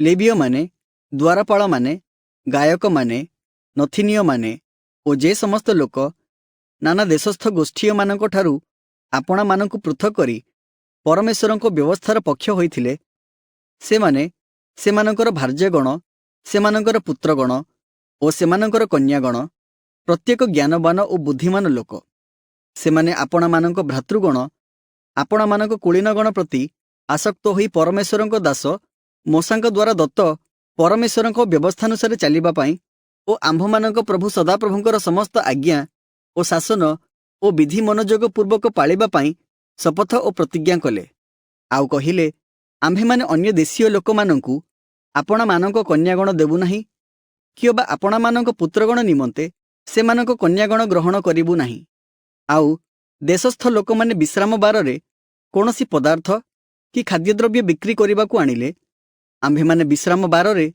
कि अन्य कोनोसी पवित्र दिनरे सेमानक ठारू ताहा किनिबु नाही आउ सप्तम वर्ष सर्वप्रकार ऋण आदाय करिबार छाड़ी देबु आहुरी आम्भेमाने आपणा मानक परमेश्वरंको सेवा कार्य निमंते अर्थात दर्शनीय रुटीर ओ नित्य भक्ष्य नैवेद्यर ओ नित्य होमबळीर विश्राम बारर अमावास्यार निरूपित पर्वादीर ओ पवित्र द्रव्यादीर ओ इस्राएलर प्रायश्चितार्थक पापबळीर ओ आम्भमानक परमेश्वरंको गृहर समस्त कार्य निमंते प्रति वर्ष एक एक सेकलर तृतीयांश दान करिबा भार आपणा मानक उपरे नेबार विधान कलु पुणी व्यवस्थार लिखनानुसारे सदाप्रभु आम्भमानक परमेश्वरंको यज्ञवेदी उपरे जळाइबा सकाशे आम्भमानक पितृवंशानुसारे वर्षकु वर्ष निरूपित समयरे आम्भमानक परमेश्वरंको गृहकु काष्ठ आनिबा निमंते आम्भेमाने अर्थात जाजक माने लेबीय माने ओ लोकमाने काष्ठदान विषय गुलीबांट कलु आहुरी ଆମ୍ଭମାନଙ୍କ ଭୂମିର ପ୍ରଥମଜାତ ଶସ୍ୟ ଓ ସର୍ବପ୍ରକାର ବୃକ୍ଷର ପ୍ରଥମଜାତ ଫଳ ବର୍ଷକୁ ବର୍ଷ ସଦାପ୍ରଭୁଙ୍କ ଗୃହକୁ ଆଣିବା ପାଇଁ ମଧ୍ୟ ବ୍ୟବସ୍ଥାର ଲିଖନ ଅନୁସାରେ ଆମ୍ଭମାନଙ୍କ ସନ୍ତାନଗଣର ଓ ପଶୁଗଣର ପ୍ରଥମଜାତ ଓ ଆମ୍ଭମାନଙ୍କ ଗୋପଲ ଓ ମେଷପଲର ପ୍ରଥମଜାତମାନଙ୍କୁ ଆମ୍ଭମାନଙ୍କ ପରମେଶ୍ୱରଙ୍କ ଗୃହକୁ ଆମ୍ଭମାନଙ୍କ ପରମେଶ୍ୱରଙ୍କ ଗୃହରେ ପରିଚର୍ଯ୍ୟାକାରୀ ଯାଜକମାନଙ୍କ ନିକଟକୁ ଆଣିବା ପାଇଁ, ପୁଣି ଆମ୍ଭମାନଙ୍କ ଚକଟା ମଇଦାର ପ୍ରାଥମାଂଶ ଓ ଆମ୍ଭମାନଙ୍କ ଉତ୍ତୋଳନୀୟ ଉପହାର ଓ ସର୍ବପ୍ରକାର ବୃକ୍ଷର ଫଳ, ଦ୍ରାକ୍ଷରସ ଓ ତୈଳ ଯାଜକମାନଙ୍କ ନିକଟକୁ ଆମ୍ଭମାନଙ୍କ ପରମେଶ୍ୱରଙ୍କ ଗୃହର କୋଠରୀକୁ ଆଣିବା ପାଇଁ, ଆଉ ଭୂମିଜାତ ଦ୍ରବ୍ୟର ଦଶମାଂଶ ଲେବୀୟମାନଙ୍କ ନିକଟକୁ ଆଣିବା ପାଇଁ ସ୍ଥିର କଲୁ। କାରଣ ସେହି ଲେବୀୟମାନେ ଆମ୍ଭମାନଙ୍କ ସକଳ କୃଷି ନଗରରେ ଦଶମାଂଶ ଆଦାୟ କରନ୍ତି। ମାତ୍ର ଲେବୀୟମାନେ ଦଶମାଂଶ ଆଦାୟ କରିବା ସମୟରେ ହାରଣଙ୍କର ସନ୍ତାନ ଯାଜକ ଲେବୀୟମାନଙ୍କ ସଙ୍ଗେ ରହିବ। ଆଉ ଲେବୀୟମାନେ ପରମେଶ୍ୱରଙ୍କ ଗୃହସ୍ଥିତ ଭଣ୍ଡାର କୋଠରୀକୁ ଦଶମାଂଶର ଦଶମାଂଶ ଆଣିବେ। କାରଣ ପବିତ୍ର ସ୍ଥାନର ପାତ୍ର ସବୁ ଓ ପରିଚାରକ ଯାଜକମାନେ ଆଉ ଦ୍ୱାରପାଳ ଓ ଗାୟକମାନେ ଯେଉଁ ସବୁ କୋଠରୀରେ ଥାନ୍ତି, ସେଠାକୁ ଇସ୍ରାଏଲ ସନ୍ତାନଗଣ ଓ ଲେବୀୟ ସନ୍ତାନଗଣ ଶସ୍ୟର, ଦ୍ରାକ୍ଷରସର ଓ ତୈଳର ଉତ୍ତୋଳନୀୟ ଉପହାର ଆଣିବେ। ପୁଣି ଆମ୍ଭେମାନେ ଆପଣମାନଙ୍କ ପରମେଶ୍ୱରଙ୍କ ଗୃହ ପରିତ୍ୟାଗ କରିବୁ ନାହିଁ। ନିହିମିୟାଙ୍କ ପୁସ୍ତକ ଅଧ୍ୟାୟ 11। ଜିରୁସାଲମରେ ନେତୃବୃନ୍ଦ। ପୁଣି ଲୋକମାନଙ୍କ ଅଧିପତିବର୍ଗ ଜିରୁସାଲମରେ ବାସ କଲେ। ମଧ୍ୟ ଅବଶିଷ୍ଟ ଲୋକମାନେ ପବିତ୍ର ନଗର ଜିରୁସାଲମରେ ବାସ କରିବା ନିମନ୍ତେ ପ୍ରତି 10 ଜଣ ମଧ୍ୟରୁ 1 ଜଣକୁ ସେ ସ୍ଥାନକୁ ଆଣିବା ପାଇଁ ଓ ଅନ୍ୟ 9 ଜଣଙ୍କୁ ଅନ୍ୟାନ୍ୟ ନଗରରେ ବାସ କରାଇବା ପାଇଁ ଗୁଲିବାଣ୍ଟ କଲେ। ଆଉ ଯେଉଁମାନେ ଜିରୁସାଲମରେ ବାସ କରିବାକୁ ସ୍ୱେଚ୍ଛାପୂର୍ବକ ଆପଣାମାନଙ୍କୁ ସମର୍ପଣ କଲେ, ଲୋକମାନେ ସେମାନଙ୍କର ଧନ୍ୟବାଦ କଲେ। ପ୍ରଦେଶରେ ଏହି ପ୍ରଧାନ ବର୍ଗ ଜିରୁସାଲମରେ ବାସ କଲେ। ମାତ୍ର ଜିହୁଦାର ନାନା ନଗରରେ ଲୋକମାନେ ଅର୍ଥାତ୍ ଇସ୍ରାଏଲ, ଯାଜକମାନେ ଓ ଲେବୀୟମାନେ ଓ ନଥିନୀୟମାନେ ଓ ସଲୋମନଙ୍କର ଦାସଗଣର ସନ୍ତାନମାନେ ପ୍ରତ୍ୟେକ ଆପଣା ଆପଣା ଅଧିକାରରେ ଆପଣା ଆପଣା ନଗରରେ ବାସ କଲେ। ପୁଣି ଜିହୁଦାର ସନ୍ତାନଗଣ ମଧ୍ୟରୁ ଓ ବିନ୍ୟାମିନର ସନ୍ତାନଗଣ ମଧ୍ୟରୁ କେତେକ ଲୋକ ଜିରୁସାଲମରେ ବାସ କଲେ। ଜିହୁଦାର ସନ୍ତାନଗଣ ମଧ୍ୟରୁ ଉସିୟର ପୁତ୍ର ଅଥାୟ, ସେହି ଉସିୟ ଜିଖରିୟର ପୁତ୍ର, ଜିଖରିୟ ଅମରିୟର ପୁତ୍ର, ଅମରିୟ ସଫଟିୟର ପୁତ୍ର, ସଫଟିୟ ମହଲେଲର ପୁତ୍ର, ମହଲଲେଲ ପେରସ ସନ୍ତାନଗଣ ମଧ୍ୟରୁ ଜଣେ। ଆଉ ବାରୁକର ପୁତ୍ର ମାସେୟ, ସେହି ବାରୁକ କଲହୋସିର ପୁତ୍ର, କଲହୋସି ହସାୟର ପୁତ୍ର, ହସାୟ ଅଦାୟର ପୁତ୍ର, ଅଦାୟ ଜୋୟାରିବ୍ର ପୁତ୍ର, ଜୋୟାରିବ୍ ଜିଖରିୟର ପୁତ୍ର, ଜିଖରିୟ ସିଲୋନିର ପୁତ୍ର। ପେରସର ସନ୍ତାନ ସର୍ବସୁଦ୍ଧା 468 ଜଣ ବୀରପୁରୁଷ ଜିରୁସାଲମରେ ବାସ କଲେ। ବିନ୍ୟାମିନର ସନ୍ତାନଗଣ ଯଥା ମସୁଲମର ପୁତ୍ର ସଲ୍ଲୁ, ସେହି ମସୁଲମ ଜୋୟେଦର ପୁତ୍ର, ଜୋୟେଦ ପଦାୟର ପୁତ୍ର, ପଦାୟ କୋଲାୟର ପୁତ୍ର, କୋଲାୟ ମାସେୟର ପୁତ୍ର, ମାସେୟ ଇଥିଏଲର ପୁତ୍ର, ଇଥିଏଲ ଜିସାୟାହର ପୁତ୍ର। ପୁଣି ତାହା ଛଡ଼ା ଗବୟ, ସଲ୍ଲୟ ଆଦି 928 ଜଣ। ଆଉ ଶିଖ୍ରିର ପୁତ୍ର ଜୋଏଲ ସେମାନଙ୍କର ଅଧ୍ୟକ୍ଷ ଥିଲା ଓ ହସନୁଇର ପୁତ୍ର ଜିହୁଦା ନଗରର ଦ୍ୱିତୀୟ କର୍ତ୍ତା ଥିଲା। ଯାଜକମାନଙ୍କ ମଧ୍ୟରୁ ଯଥା ଜୋୟାରିବ୍ର ପୁତ୍ର ଜିଦଇୟ, ଜାଖିନ୍, ହିଲ୍କିୟର ପୁତ୍ର ସରାୟ, ସେହି ହିଲ୍କିୟ ମସୁଲମର ପୁତ୍ର, ମସୁଲମ ସାଦୋକର ପୁତ୍ର, ସାଦୋକ ମରାୟତର ପୁତ୍ର, ମରାୟତ ଅହିଟୁବ୍ର ପୁତ୍ର, ଅହିଟୁବ୍ ପରମେଶ୍ୱରଙ୍କ ଗୃହର ଅଧ୍ୟକ୍ଷ ଥିଲା। ଗୃହର କର୍ମକାରୀ ସେମାନଙ୍କ ଭ୍ରାତୃଗଣ 822 ଜଣ ଥିଲେ। ପୁଣି ଜିରୋହମର ପୁତ୍ର ଅଦାୟା, ସେହି ଜିରୋହମ ପଲଲିୟର ପୁତ୍ର, ପଲଲିୟ ଅମ୍ସିର ପୁତ୍ର, ଅମ୍ସି ଜିଖରିୟର ପୁତ୍ର, ଜିଖରିୟ ପଶହୁରର ପୁତ୍ର, ପଶହୁର ମଲ୍କିୟର ପୁତ୍ର। ପୁଣି ଅଦାୟାର ଭ୍ରାତୃଗଣ 242 ଜଣ ପିତୃବଂଶ ପ୍ରଧାନ ଥିଲେ। ଅସରେଲର ପୁତ୍ର ଅମସୟ, ସେହି ଅସରେଲ ଅହସୟର ପୁତ୍ର, ଅହସୟ ମସିଲେମତର ପୁତ୍ର, ମସିଲେମତ ଇମରର ପୁତ୍ର। ଆଉ ସେମାନଙ୍କ ଭ୍ରାତୃଗଣ 128 ଜଣ ମହାବିକ୍ରମଶାଳୀ ପୁରୁଷ ଥିଲେ। ଓ ହଗ୍ଦୋଲିମର ପୁତ୍ର ସବ୍ଦିଏଲ ସେମାନଙ୍କର ଅଧ୍ୟକ୍ଷ ଥିଲା। ଲେବୀୟମାନଙ୍କ ମଧ୍ୟରୁ ଯଥା ହସୁବର ପୁତ୍ର ସମୟ, ସେହି ହସୁବ ଅସ୍ରିକାମର ପୁତ୍ର, ଅସ୍ରିକାମ ହସବିୟର ପୁତ୍ର, ହସବିୟ ବୁନିର ପୁତ୍ର। ଆହୁରି ଲେବୀୟ ପ୍ରଧାନ ବର୍ଗ ମଧ୍ୟରୁ ସବଥୟ ଓ ଯୋସାବଦ ପରମେଶ୍ୱରଙ୍କ ଗୃହର ବାହାର କାର୍ଯ୍ୟର ଅଧ୍ୟକ୍ଷ ଥିଲେ। ଆଉ ଆସଫର ବଂଶଜାତ ଶବ୍ଦିର ପୌତ୍ର ମିକାର ପୁତ୍ର ମତନୀୟ ପ୍ରାର୍ଥନାକାଳୀନ ଧନ୍ୟବାଦ ଆରମ୍ଭ କରିବାରେ ପ୍ରଧାନ ଥିଲା। ଓ ତାହାର ଭ୍ରାତୃଗଣ ମଧ୍ୟରୁ ବକବୁକିୟ ଦ୍ୱିତୀୟ ଥିଲା। ପୁଣି ଜିଦୁଥନ ବଂଶଜାତ ଗାଲାଲର ପୌତ୍ର ସମୂୟର ପୁତ୍ର ଅବ୍ଦ ପବିତ୍ର ନଗରସ୍ଥ ଲେବୀୟମାନେ ସର୍ବସୁଦ୍ଧା 284 ଜଣ ଥିଲେ। ଆହୁରି ଦ୍ୱାରପାଳ ଅକୁବ ଟଲମନ ଓ ନଗର ଦ୍ୱାର ସମୂହରେ ପ୍ରହରୀ କର୍ମକାରୀ ସେମାନଙ୍କ ଭ୍ରାତୃଗଣ 172 ଜଣ ଥିଲେ। ପୁଣି ଇସ୍ରାଏଲର ଯାଜକମାନଙ୍କର ଲେବୀୟମାନଙ୍କ ଅବଶିଷ୍ଟ ଲୋକମାନେ ଜିହୁଦାର ସମସ୍ତ ନଗରରେ ପ୍ରତ୍ୟେକେ ଆପଣା ଆପଣା ସ୍ଥାନରେ ରହିଲେ। ମନ୍ଦିରରେ ସେବା କରୁଥିବା ଲୋକମାନେ ଓଫଲରେ ବାସ କଲେ। ଆଉ ସିହ ଓ ଗିସ୍ପ ନଥିନୀୟମାନଙ୍କର ଅଧ୍ୟକ୍ଷ ଥିଲେ। ଆସଫ ବଂଶୀୟ ଗାୟକମାନଙ୍କ ମଧ୍ୟରୁ ମିକାର ବୃଦ୍ଧ ପ୍ରପୌତ୍ର ମତନିୟର ପ୍ରପୌତ୍ର ହସବିୟର ପୌତ୍ର ବାନିର ପୁତ୍ର ଓସି ଜିରୁସାଲାମରେ ଲେବୀୟମାନଙ୍କର ଅଧ୍ୟକ୍ଷ ଥିଲା। ସେ ମଧ୍ୟ ପରମେଶ୍ୱରଙ୍କ ଗୃହ କାର୍ଯ୍ୟର ତତ୍ତ୍ୱାବଧାରଣ କଲା, କାରଣ ସେମାନଙ୍କ ବିଷୟରେ ରାଜାଙ୍କର ଆଜ୍ଞା ଥିଲା ଓ ପ୍ରତିଦିନର ପ୍ରୟୋଜନାନୁସାରେ ଗାୟକମାନଙ୍କୁ ନିରୂପିତ ପଡ଼ି ଦିଆଗଲା। ଆଉ ଜିହୁଦାର ପୁତ୍ର ସେରହର ବଂଶଜାତ ମଶେଷ ବେଲର ପୁତ୍ର ପଥାହିୟ ଲୋକମାନଙ୍କ ସମସ୍ତ କାର୍ଯ୍ୟ ବିଷୟରେ ରାଜାଙ୍କ ନିକଟରେ ଥିଲା। ଅନ୍ୟ ସହର ଓ ନଗରବାସୀମାନେ ପୁଣି ଜିହୁଦାର ସନ୍ତାନଗଣ ମଧ୍ୟରୁ କେତେକ ନାନା ଗ୍ରାମ ଓ ତହିଁର କ୍ଷେତ୍ରରେ ଅର୍ଥାତ୍ କିରିୟତ ଅର୍ବ ଓ ତହିଁର ଉପନଗରରେ, ଦିବନ ଓ ତହିଁର ଉପନଗରରେ, ଜିକବ ସେଲ ଓ ତହିଁର ଗ୍ରାମରେ, ଆଉ ଜେସୁୟରେ, ମୋଲାଦାରେ ଓ ବେତ ପେଲଟରେ, ଆଉ ହତ୍ସର ସୁୟାଲରେ, ବେରସେବା ଓ ତହିଁର ଉପନଗରରେ, ଆଉ ସିକ୍ଲଗରେ, ମକୋନା ଓ ତହିଁର ଉପନଗରରେ, ଆଉ ଅଇନ ରିମୋଣରେ, ସରାୟରେ ଓ ଜର୍ମୁତରେ, ସାନହ, ଅଦୁଲମ ଓ ତହିଁର ଗ୍ରାମରେ, ଲାଖିସ ଓ ତହିଁର କ୍ଷେତ୍ରରେ, ଅସେକା ଓ ତହିଁର ଉପନଗରରେ ବାସ କଲେ। ଏହି ରୂପେ ସେମାନେ ବେରସେବାଠାରୁ ହିନ୍ନମ ଉପତ୍ୟକା ପର୍ଯ୍ୟନ୍ତ ଛାଉଣି କଲେ। ବିନ୍ୟାମିନ ସନ୍ତାନଗଣ ମଧ୍ୟ ଗେବାଠାରୁ ଆଗକୁ ମିକ୍ମସ ଓ ଅୟାରେ, ବେଥେଲ ଓ ତହିଁର ଉପନଗରରେ, ଅନାଥୋତ, ନୋବ ଓ ଅନନିଆରେ, ହାସୋର, ରାମା, ଗିତଇମରେ, ହାଦିଦ, ସବୋଇମ, ନବଲ୍ଲାଟରେ, ଲୋଦ ଓ ଓନ୍ନୋ ଶିଳ୍ପକାରମାନଙ୍କ ଉପତ୍ୟକାରେ ବାସ କଲେ। ଆଉ ଜିହୁଦା ସମ୍ପର୍କୀୟ ନାନା ପାଳିଭୁକ୍ତ କେତେକ ଲେବୀୟ ଲୋକ ବିନ୍ୟାମିନ ସହିତ ସଂଯୁକ୍ତ ହେଲେ। ନିହିମିୟାଙ୍କ ପୁସ୍ତକ ଅଧ୍ୟାୟ 12। ଯାଜକ ଓ ଲେବୀୟ। ଯେଉଁ ଯାଜକମାନେ ଓ ଲିବୀୟମାନେ ସଲ୍ଟିଏଲର ପୁତ୍ର ଜିରୁବାବିଲ ଓ ଜେସୁୟ ସଙ୍ଗେ ଆସିଥିଲେ, ସେମାନେ ଏହି ଯଥା ସରାୟ, ଜିରିମିୟ, ଏଜ୍ରା, ଅମରିୟ, ମଲ୍ଲୁକ, ହଟୁସ, ସଖନିୟ, ରହୁମ, ମରେମୋତ, ଇଦ୍ଦୋ, ଗିନଥୋୟ, ଅବିୟ, ମିୟାମିନ, ମୟଦୀୟ, ବିଲଗା, ସମୟୀୟ ଓ ଜୟାରିବ, ଦିଦୋଇୟ, ସଲ୍ଲ, ଆମକ, ହିଲକିୟ, ଜିଦୋଇୟ। ଏମାନେ ଜେସୁୟଙ୍କ ସମୟରେ ଯାଜକମାନଙ୍କ ଓ ଆପଣା ଆପଣା ଭ୍ରାତୃଗଣଙ୍କ ମଧ୍ୟରେ ପ୍ରଧାନ ଥିଲେ। ଆଉ ଲେବୀୟମାନେ ଯଥା ଜେସୁୟ, ବିନୁଇ, କଦମିଏଲ, ସେରେବିୟ, ଜିହୁଦା ଓ ମତନିୟ। ଏହି ମତନିୟ ଓ ତାହାର ଭ୍ରାତୃଗଣ ଧନ୍ୟବାଦ ସେବାର ଅଧ୍ୟକ୍ଷ ଥିଲେ।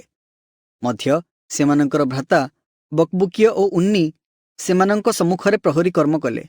ପୁଣି ଜେସୁୟର ପୁତ୍ର ଜୋୟାକିମ, ଜୋୟାକିମର ପୁତ୍ର ଇଲିଆସିବ ଓ ଇଲିଆସିବର ପୁତ୍ର ଜୋୟାଦ, ଜୋୟାଦର ପୁତ୍ର ଜୋନାଥନ ଓ ଜୋନାଥନର ପୁତ୍ର ଯଦୁୟ।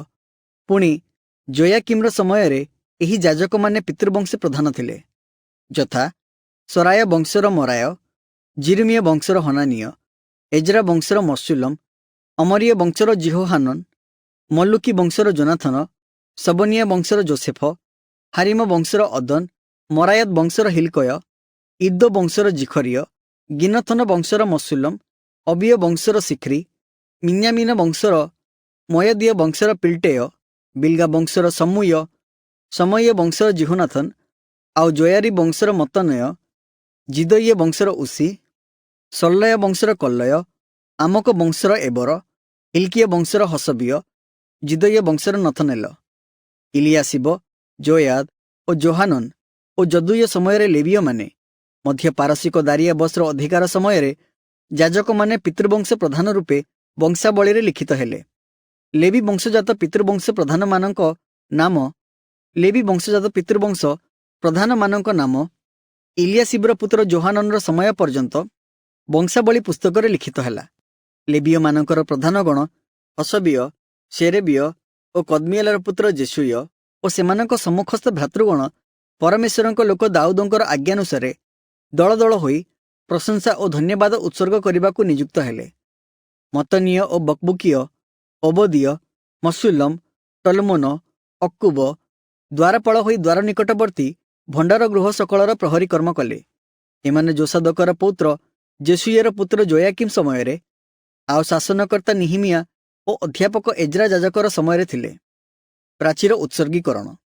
एथि उत्तारे जेरुसालेमर प्राचीर प्रतिष्ठा समय लोक माने करताल, नेबल और बीणा बजाई धन्यवाद और गान सहित आनंदरे प्रतिष्ठा उत्सव पालन करने पाई लेबीय मानकु जेरुसालेम को आनिबा निमंते सेमानंको सकल स्थान रे सेमानंकु अन्वेषण कले। आउ गायक मानंको संतानगण जेरुसालेमर चतुर्दिग स्थित पदाभूमि और नटफातिय मानक नाना ग्रामरु मध्य बेत गिलगलरु आउ गेबा और अस्माबत क्षेत्रु एकत्रित हेले।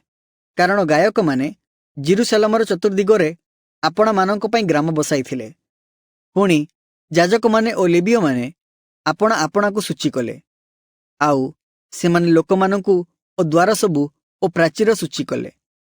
एथि उतारे मु जिहुदार अधिपति मानकु प्राचीर उपरकु आनिली।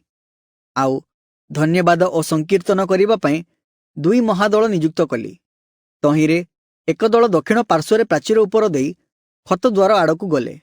पुणी सेमानंक पछे होसईय और जिहुदार अधिपति वर्गर अर्धेक आउ असरीय, एज्रा और मसुलम, जिहुदा और बिन्यामिन और समय्य और जिरिमिय और केतेक जाजक संतान तुरी नहीं गमन कले।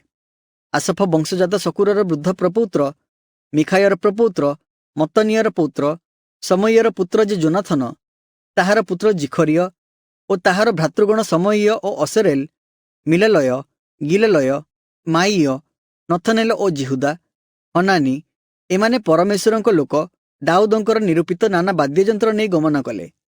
एज्रा अध्यापक सेमानଙ୍କ आगे आगे चलिले।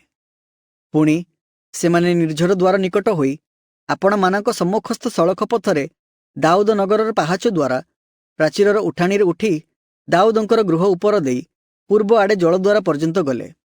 पुणी सेमानଙ୍କର अन्य जेउ दल धन्यवाद उत्सर्ग कले सेमाने सेमानଙ୍କୁ साक्षात करने गले। आउ आम्भे ओ लोकमानଙ୍କର अर्धेक सेमानଙ୍କ पछे पछे प्राचीर उपरे तुंदुरु दुर्ग देई प्रशस्त प्राचीर पर्यंत गलु। आउ इफ्राइम द्वार ओ पुरातन द्वार ओ मत्स्य द्वार ओ हननेल दुर्ग ओ हमीय दुर्ग देई मेष द्वार पर्यंत गलु। आउ सेमाने प्रहरी द्वार ठिया होई रहिले। एही रूपे परमेश्वरଙ୍କ गृहरे धन्यवाद उत्सर्गकारी से दुई दल ओ आम्भे पुणी आम्भ संगे अध्यक्ष मानकर अर्धेक आउ इलियाकिम, मासेय, मिन्यामिन, मिखाय, इलियो ऐनय, जिखरिय, हनानिय, तुरीबादक एही जाजक माने आउ मासेय ओ समय्य ओ इलियासर ओ उसी ओ जिहोहानन ओ मल्किय ओ एलम ओ एसर पुणी आम्भे समस्ते ठिया होई रहिलु। सेतेबेले गायक माने ओ सेमानकर अध्यक्ष जिस्रहिय उच्च स्वरे गान कले। पुणी सेही दिन लोक माने महाबलिदान करी आनंद कले। कारण परमेश्वर सेमानଙ୍କୁ महानंदरे आनंदित करथिले। आउ स्त्री माने मध्य ओ बालक बालिका गण आनंद कले। तहिरे जेरुसालेमर आनंद ध्वनि अनेक दूर पर्यंत शुणागला। मंदिर परिचर्या। पुणी सेही दिनरे धन ओ उत्तोलनीय उपहार, प्रथमजात फल और दशमांश जाजक और लेबीय मानक निमंते नाना नगरर क्षेत्रानुसारे व्यवस्था निरूपित अंश संग्रह करिबा पई कोठरी सबुरे लोकमाने नियुक्त हेले। कारण परिचर्याकारी जाजक ओ लेबीय मानक सकाशु जिहुदा आनंदित होइथिला। पुणी सेमाने दाऊद और तांकर पुत्र सोलोमनकर आज्ञानुसारे आपण मानक परमेश्वरଙ୍କ सेवा कले और सूची हेले। आउ गायक माने और द्वारपाल माने सेहीपरि कले। कारण पूर्व काले दाऊद और आसफଙ୍କ समय गायक मानकर जड़े प्रधान थिला और परमेश्वरଙ୍କ उद्देश्य प्रशंसा और धन्यवादार्थक नाना गीत थिला। पुणी जिरुबाबिल और निहिमियाଙ୍କ समय समग्र इस्राएल प्रतिदिनर प्रयोजन अनुसार गायक मानकर और द्वारपाल मानकर अंश देले। आउ लोक माने लेबीय मानक निमंते द्रव्य प्रतिष्ठा कले और लेबीय माने हारण संतानगण निमंते द्रव्य प्रतिष्ठा कले।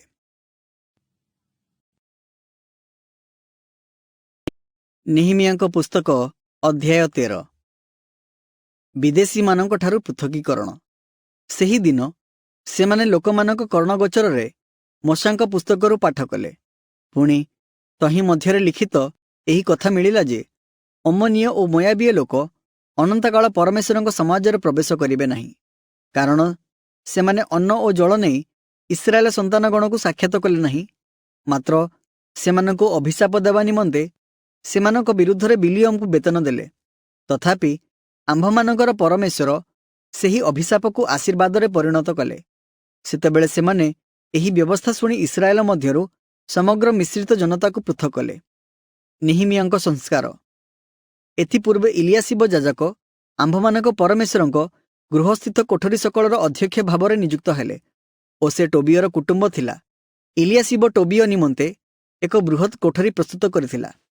ମାତ୍ର ପୂର୍ବେ ଲୋକମାନେ ସେହି ସ୍ଥାନରେ ଭକ୍ଷ୍ୟ ନୈବେଦ୍ୟ, କୁନ୍ଦୁରୁ ଓ ପାତ୍ରାଦି ଓ ଆଜ୍ଞା ପ୍ରମାଣେ ଲେବୀୟ ଓ ଗାୟକ ଓ ଦ୍ୱାରପାଳମାନଙ୍କ ନିମନ୍ତେ ଦେୟ ଶସ୍ୟ, ଦ୍ରାକ୍ଷରସ ଓ ତୈଳର ଦଶମାଂଶ, ଆଉ ଯାଜକମାନଙ୍କ ନିମନ୍ତେ ଉତ୍ତୋଳନୀୟ ଉପହାର ରଖୁଥିଲେ। ମାତ୍ର ମୁଁ ଏସବୁ ସମୟରେ ଜେରୁସାଲେମରେ ନଥିଲି, କାରଣ ବାବିଲର ଅର୍ତ୍ତକ୍ଷସ୍ତ ରାଜାଙ୍କ ରାଜତ୍ୱର 32 ବର୍ଷରେ ମୁଁ ରାଜାଙ୍କ ନିକଟକୁ ଗଲି ଓ କେତେକ ଦିନ ଉତ୍ତାରେ ରାଜାଙ୍କୁ ବିଦାୟ ପାଇଁ ଅନୁମତି ମାଗିଲି।